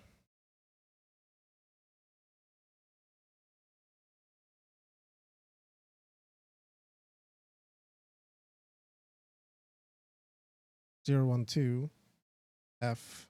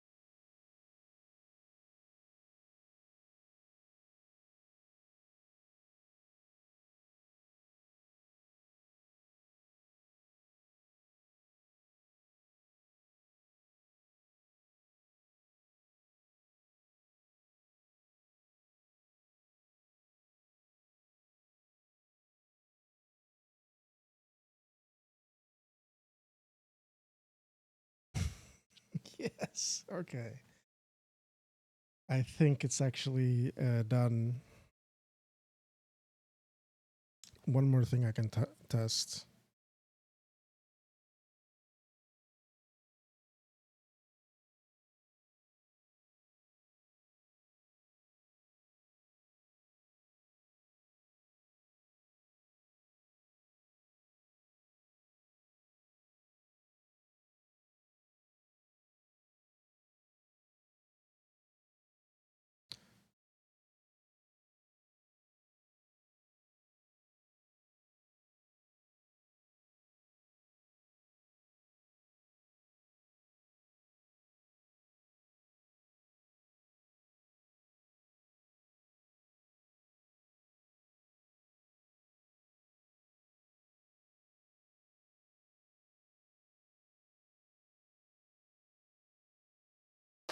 What? How is that a syntax error, dude?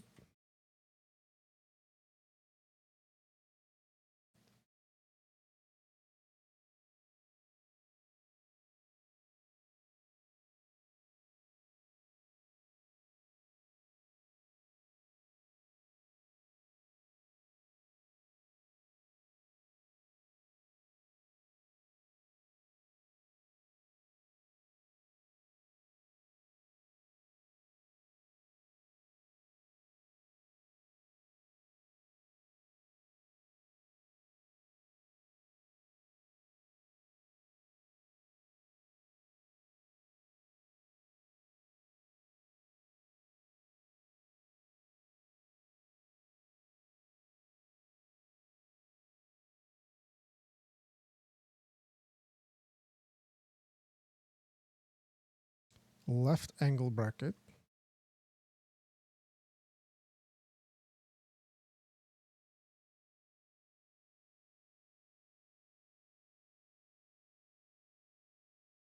Hmm.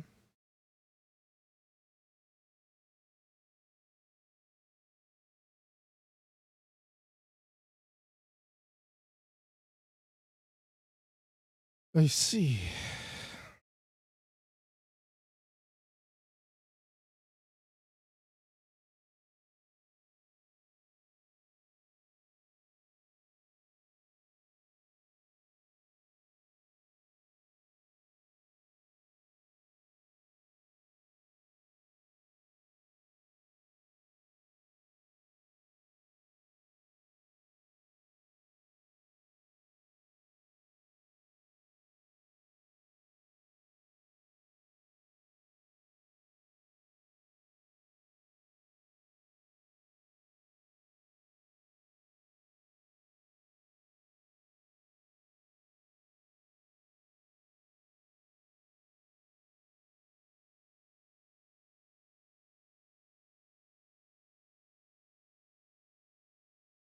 So we already know that this can't be 0.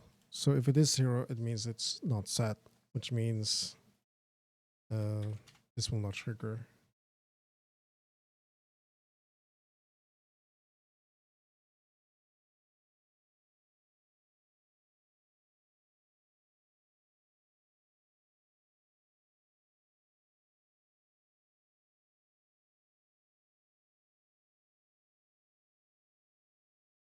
FC.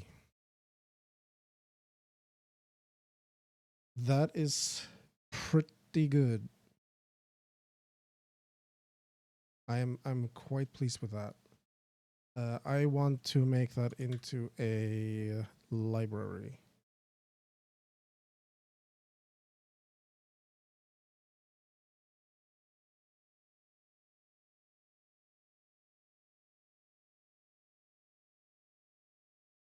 New window.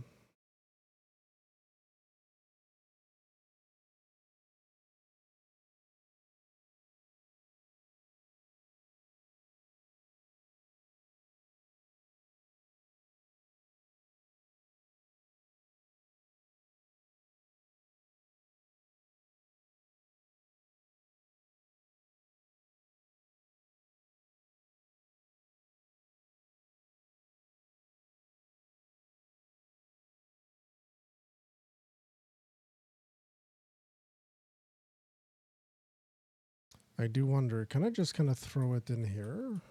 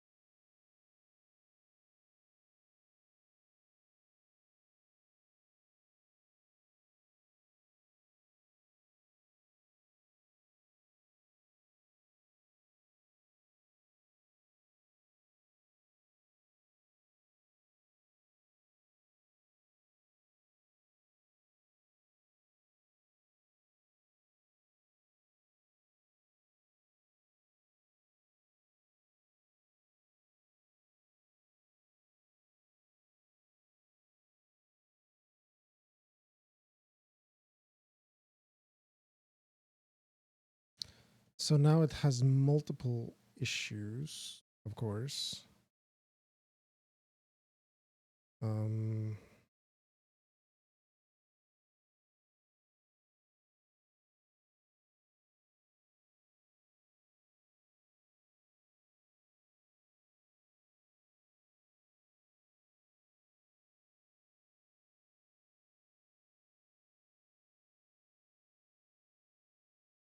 the first one is obviously Jasmine is not included here.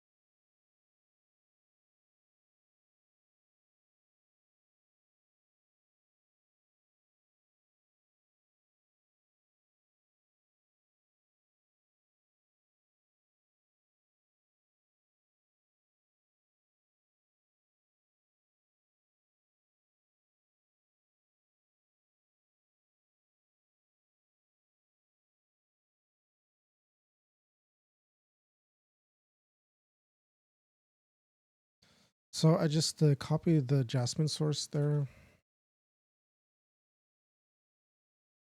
But to do replace this.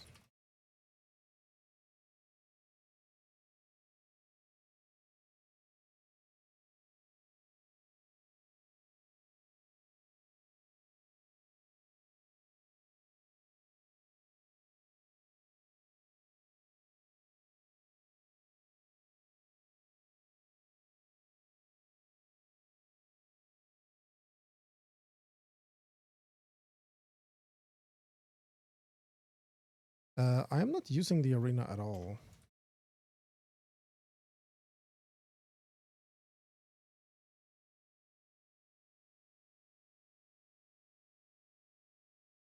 Also, I should make this a bit larger.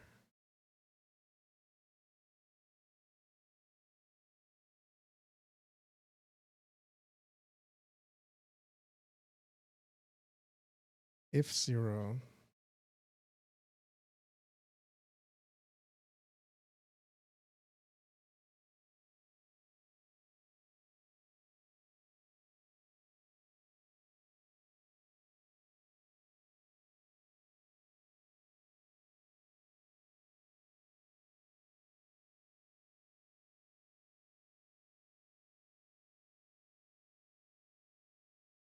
This is never a negative value.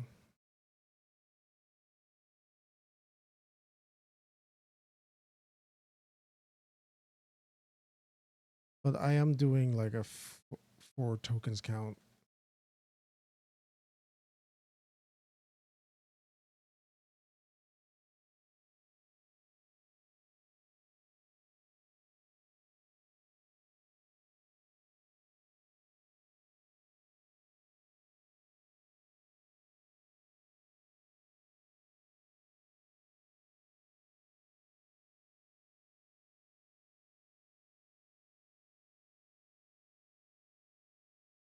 Now, signed int const_.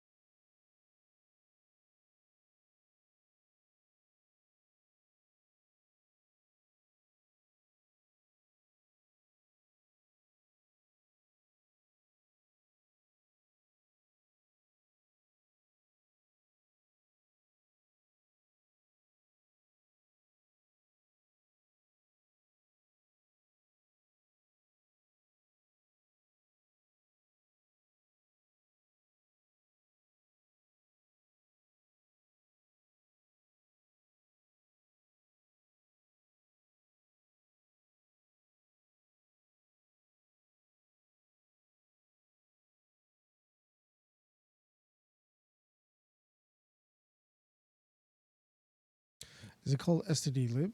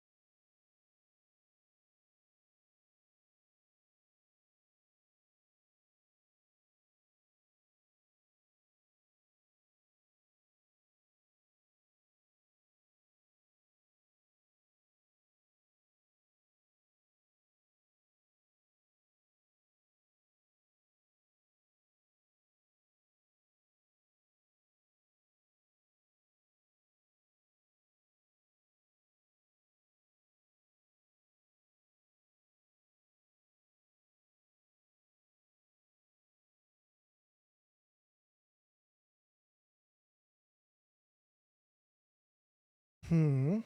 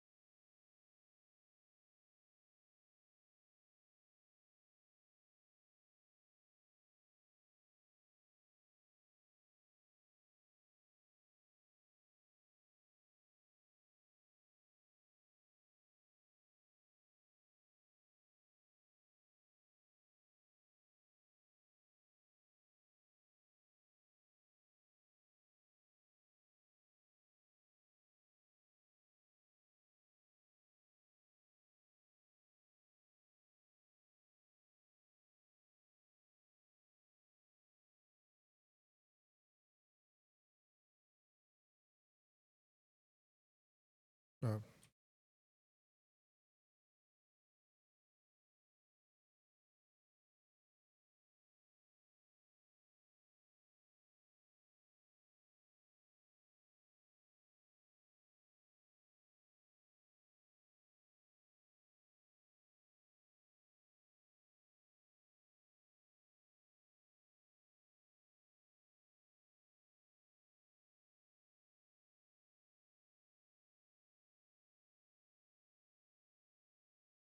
can I right click capitalize or something?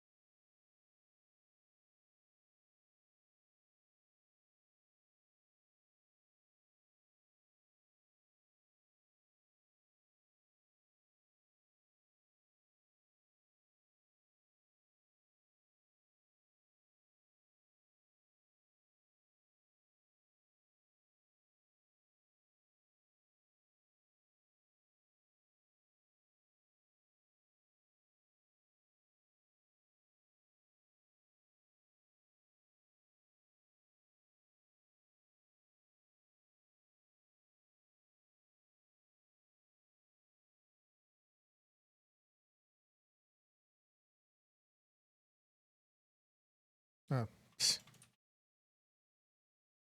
never mind. So we have some asserts.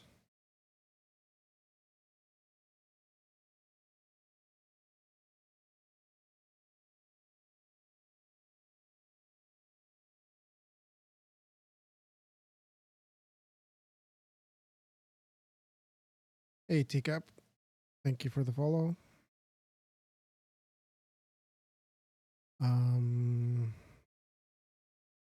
Here's an I.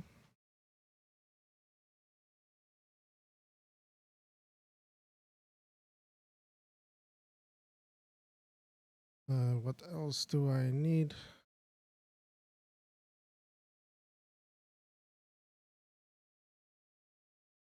That's fine. Const.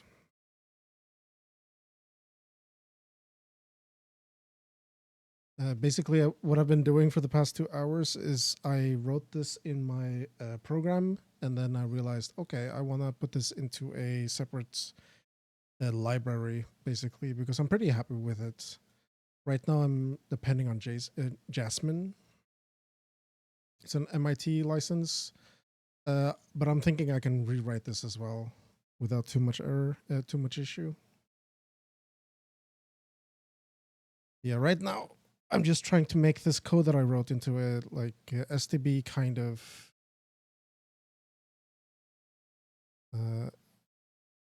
a kind of STB library.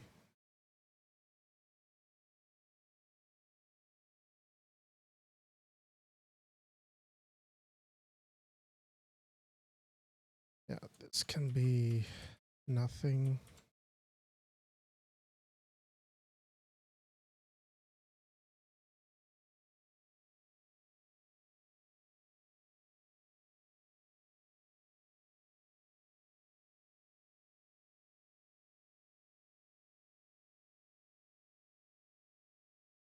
Oh, where is this from?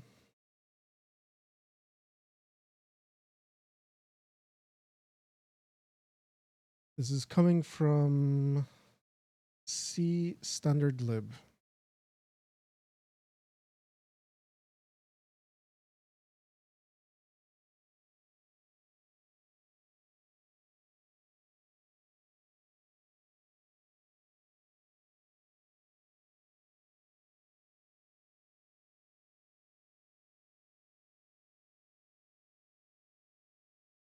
I'm not happy about this music, by the way.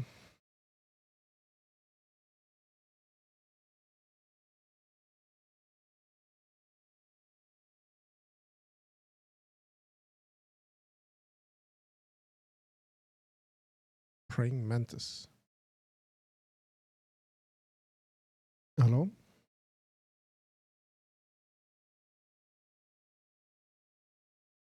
It looks like I'm stuck with this music.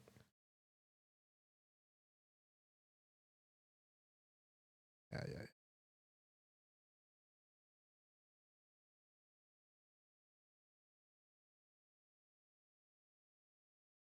yeah. JSON skip. I need to get.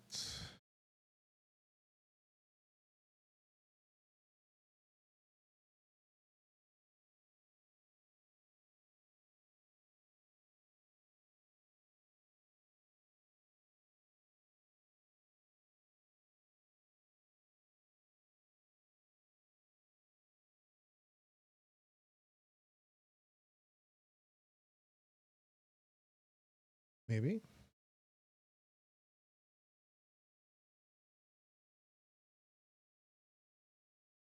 Okay.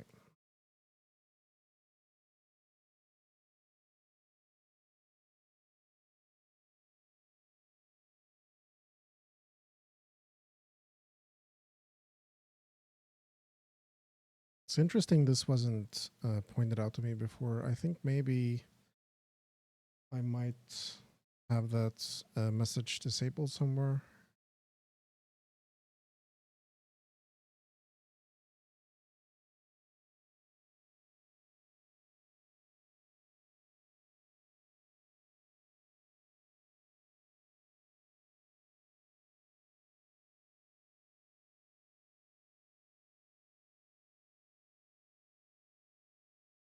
No. Never mind. The scratch arena we don't need.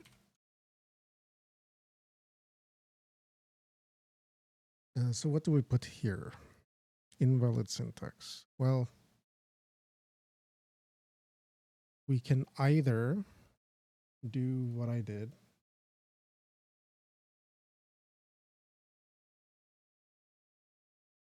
Which would be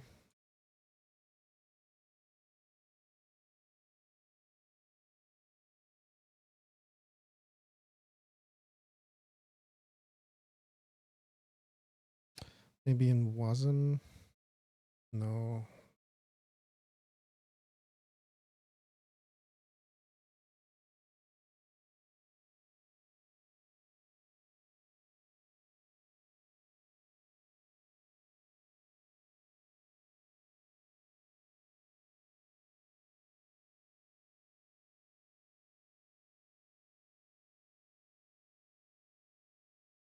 I don't want to spend too much time because this is completely dependent on the architecture, the OS, whatever.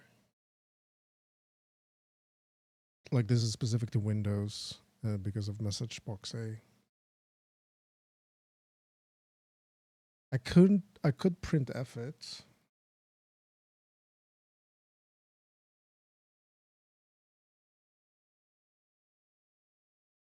So I guess define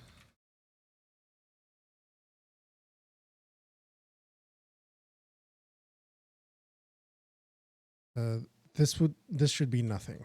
So would the it's dot dot dot, just dot dot dot.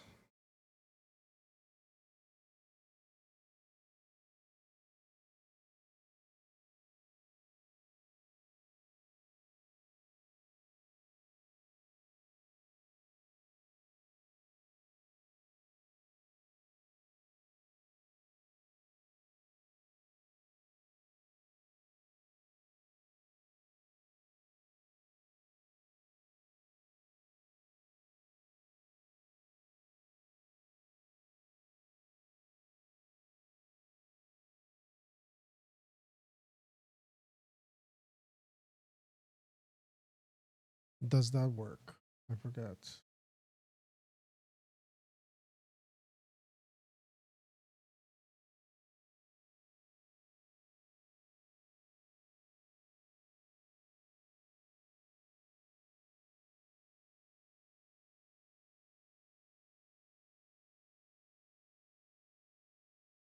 Like that.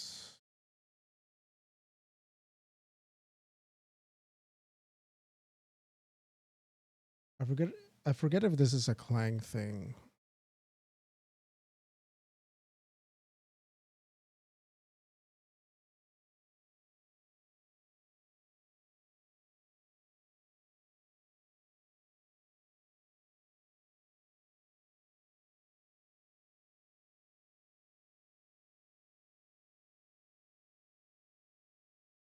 What time I'm gonna finish? In the next 20 minutes, I think. I would like to compile this, and I would like to see if it's working. To include it as a library, basically. But no, I need another 15 minutes or so.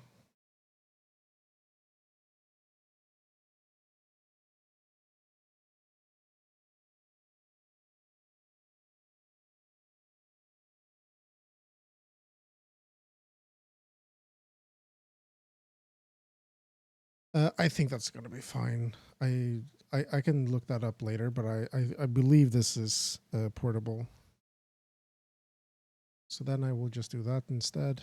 Error printf.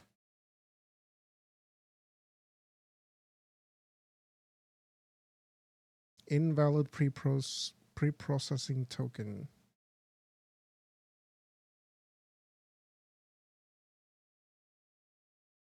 What? So we have not defined libc.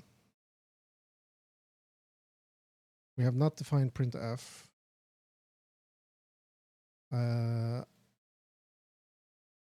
I need to include, where's printf? It's in C standard IO.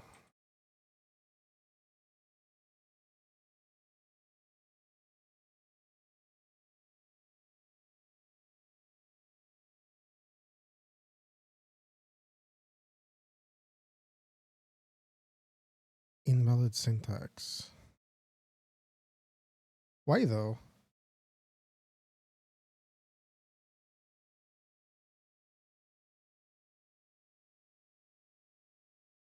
Do I do MSG?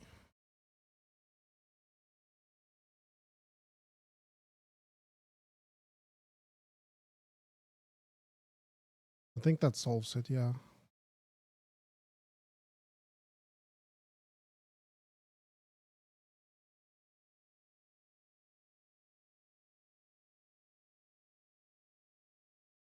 Oh, I hate that.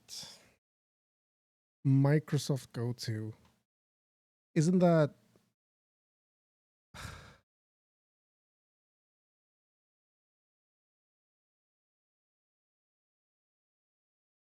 like, okay, it's not C99.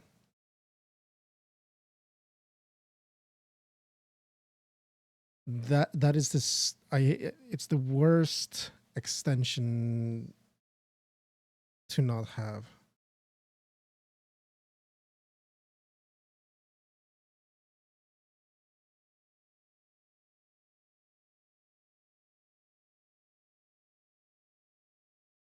I can do that another time. But for now, what else do I have? Jasmine.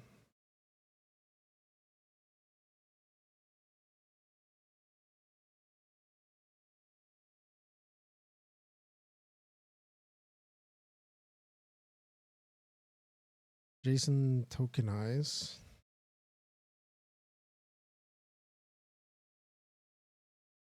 Okay.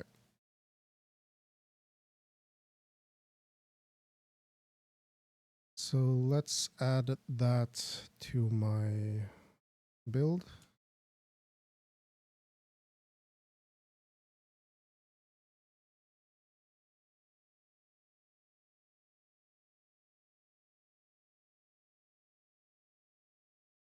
I'm just going to throw it in here for now. It's going to go there. It's going to go here later, but for now, I can do iSystem. And it would be going out into tools.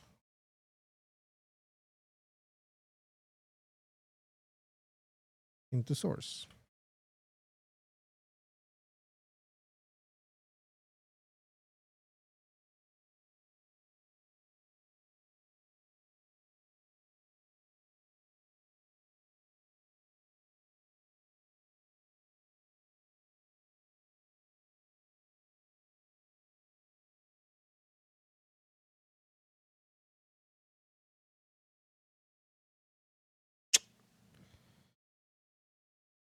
Why not? Undeclared function.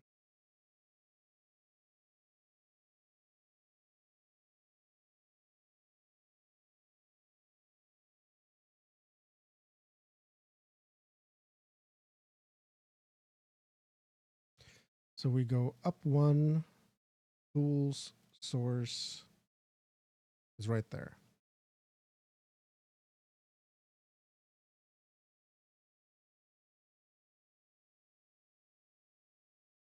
Is this the issue?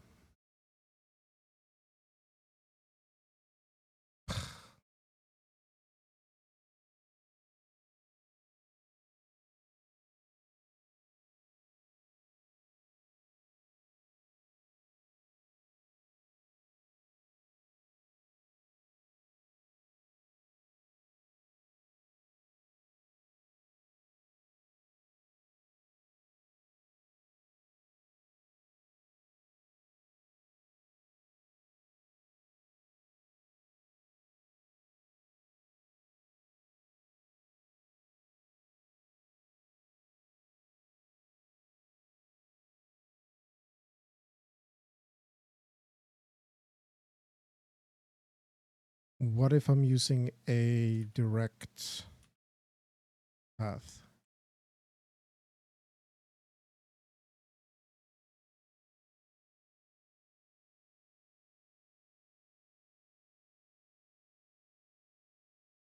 Expected C++ compiler? What are you talking about?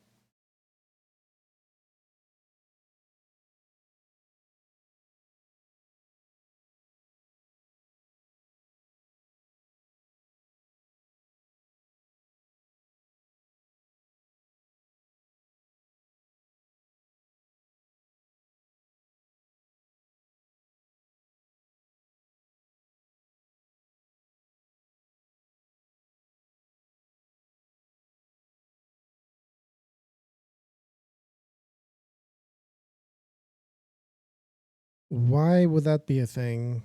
I do not understand.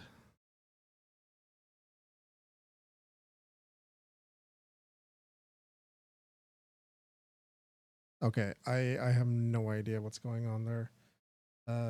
So what I will do instead,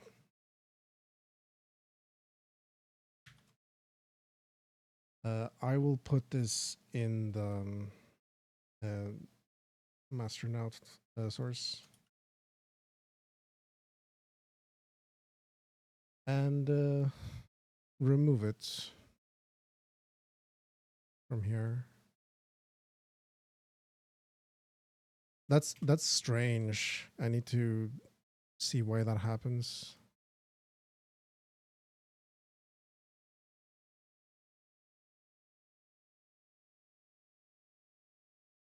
Do what?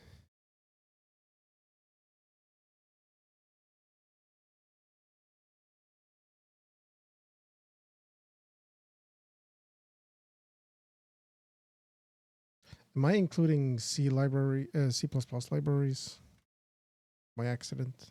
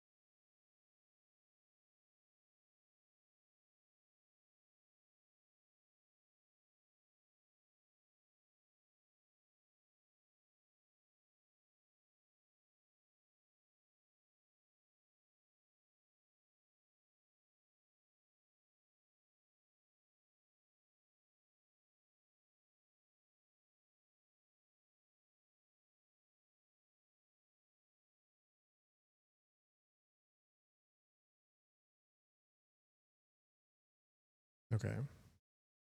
Too many errors.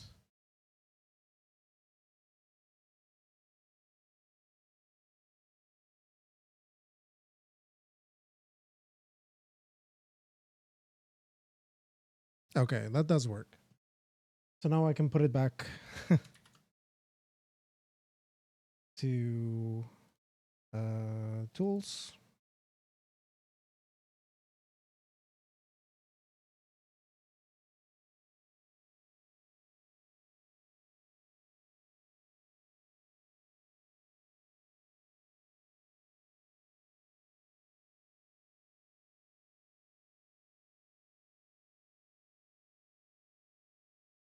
You know what?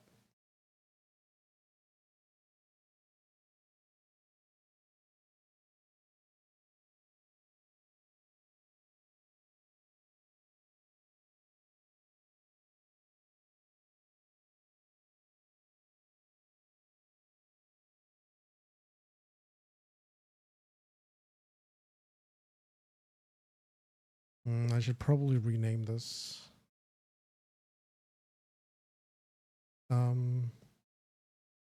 But I can delete that. I can open up another terminal here. This tool, so git add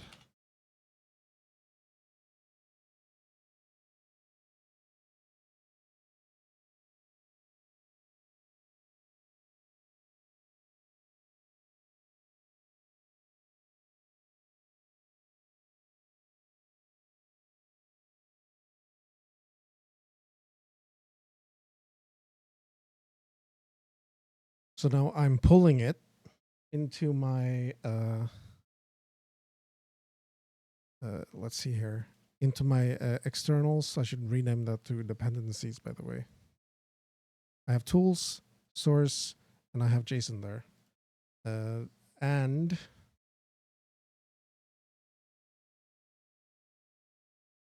this is now a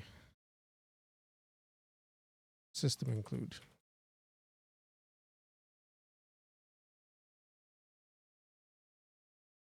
File not found. Well, look harder.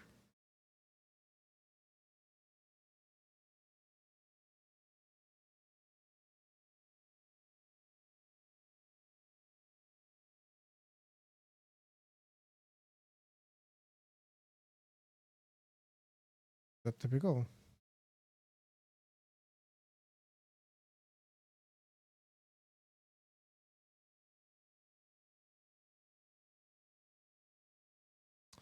Ooh.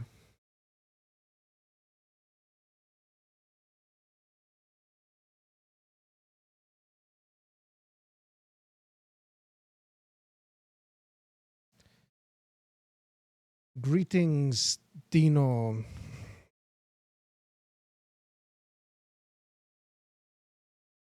I guess I have to put my source in the root folder.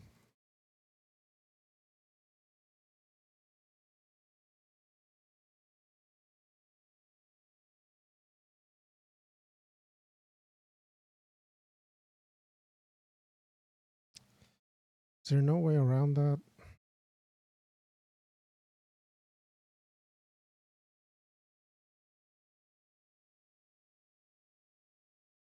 This is purely a question about automating this.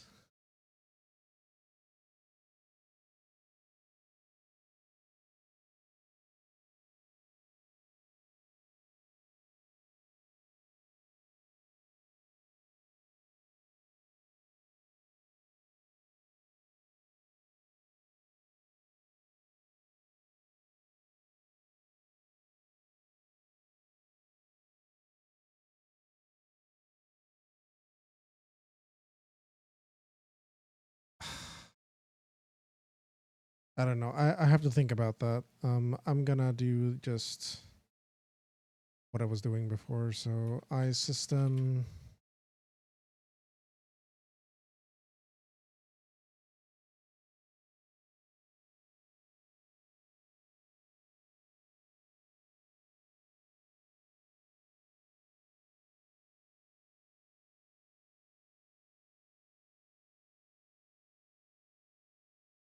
That's gonna work. Why? It's not tools. Source. Externals.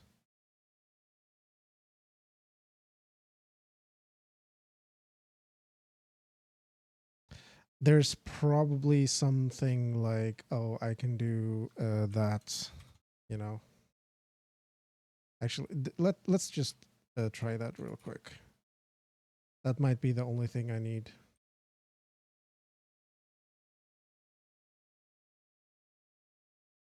No, I can't do that. Ay, ay, ay. It did not like that. What about this? Nope. Okay. It's very angry when I try to do that. So for now, this is fine.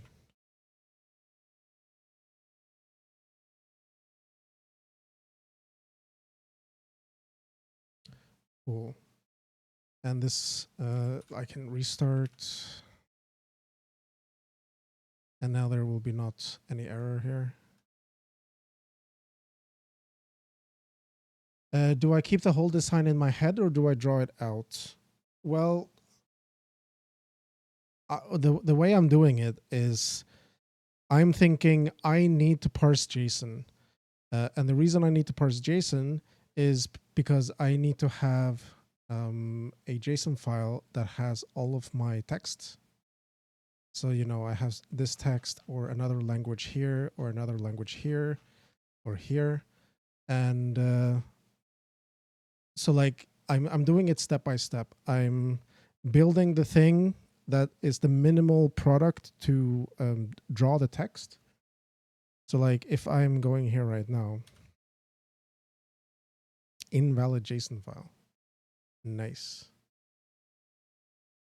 TCAP is raiding with a party of 16. Oh no. I just was about to stop. And but I guess if I'm having a failed assertion, hey TCAP, if I'm having a failed assertion, I guess we can fix that as well.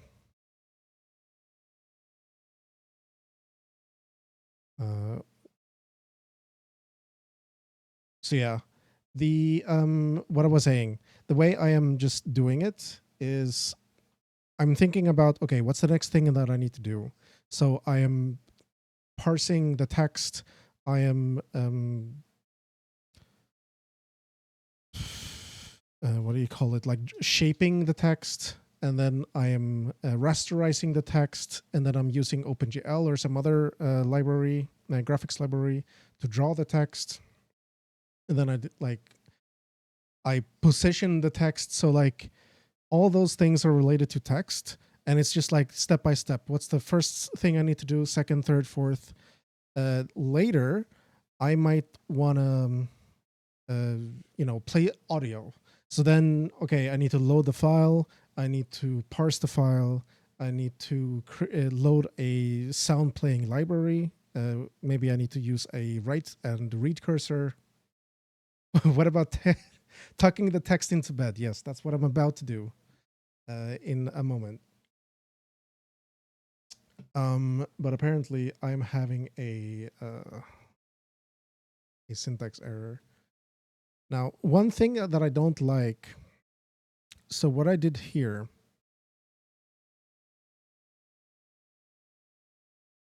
it doesn't match the sum. Okay.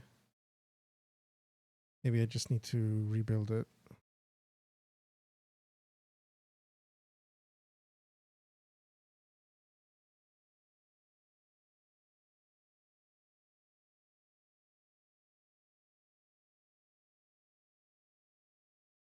What are we asserting? What is wrong? Tokenize file. File type invalid. Well, I know why. So that's just a stupid error. Here in my JSON parse. This was just for testing. So if I disable that, it's not gonna be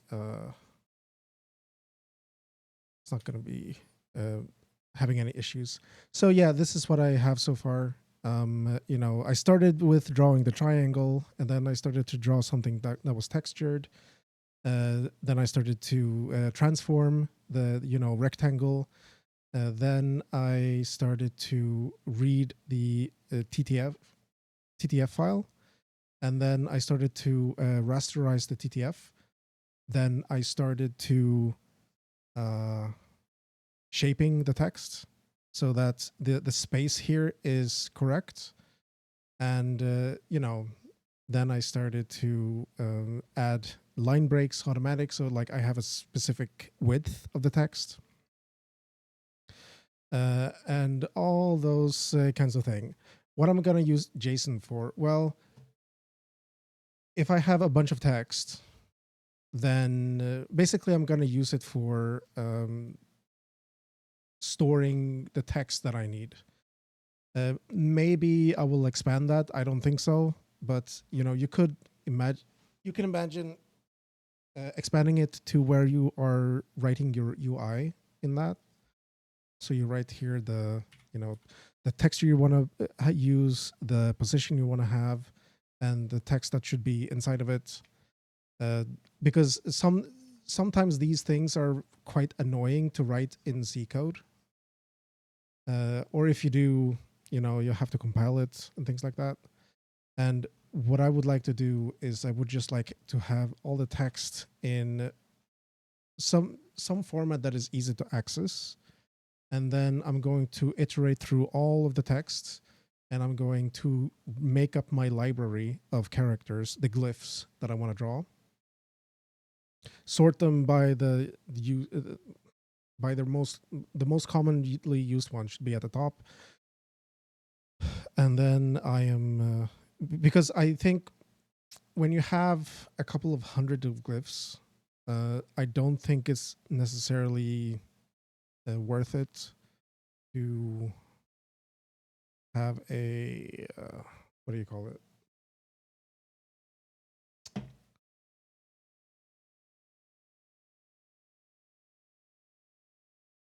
I don't think a hash table necessarily always makes a lot of sense. It depends on the situation. So I would just like to read all of the characters I'm actually using and sorting them by the most commonly used, and then I can just like look up the character that I want to draw in my library that is just drawing text right now. And you could say that this is kind of like over the top, like all this is not necessary for what I'm trying to do, because this text would just be basically drawing text for, let's say dialogue or UI, and it's a little bit overkill what I'm doing. But that's also because I would like to have a proper text library and JSON parser for other projects in the future. So like whatever I'm building, I'd like to be able to use in the future. So yeah, that's basically it. But yeah, anyway, I don't know how many of you stayed, 12 people. So join me tomorrow if you want to see more about what I'm doing. And for the first time in some time, I guess it's a good time to raid. But I need to see who would be a good candidate. So yeah, sorry that you caught me right at the end. But I've been streaming for like 4.5 hours, so I think that's enough. Let's see.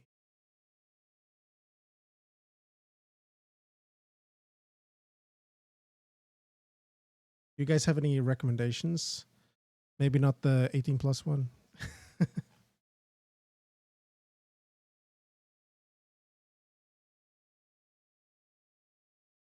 There's not that many people streaming this category, which is pretty interesting. Whoops.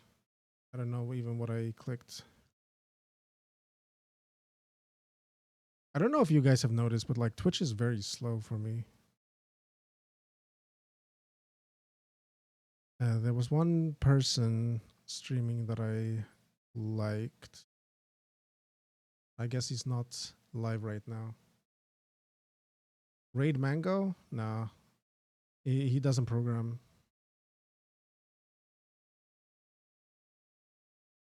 Who is doing something cool?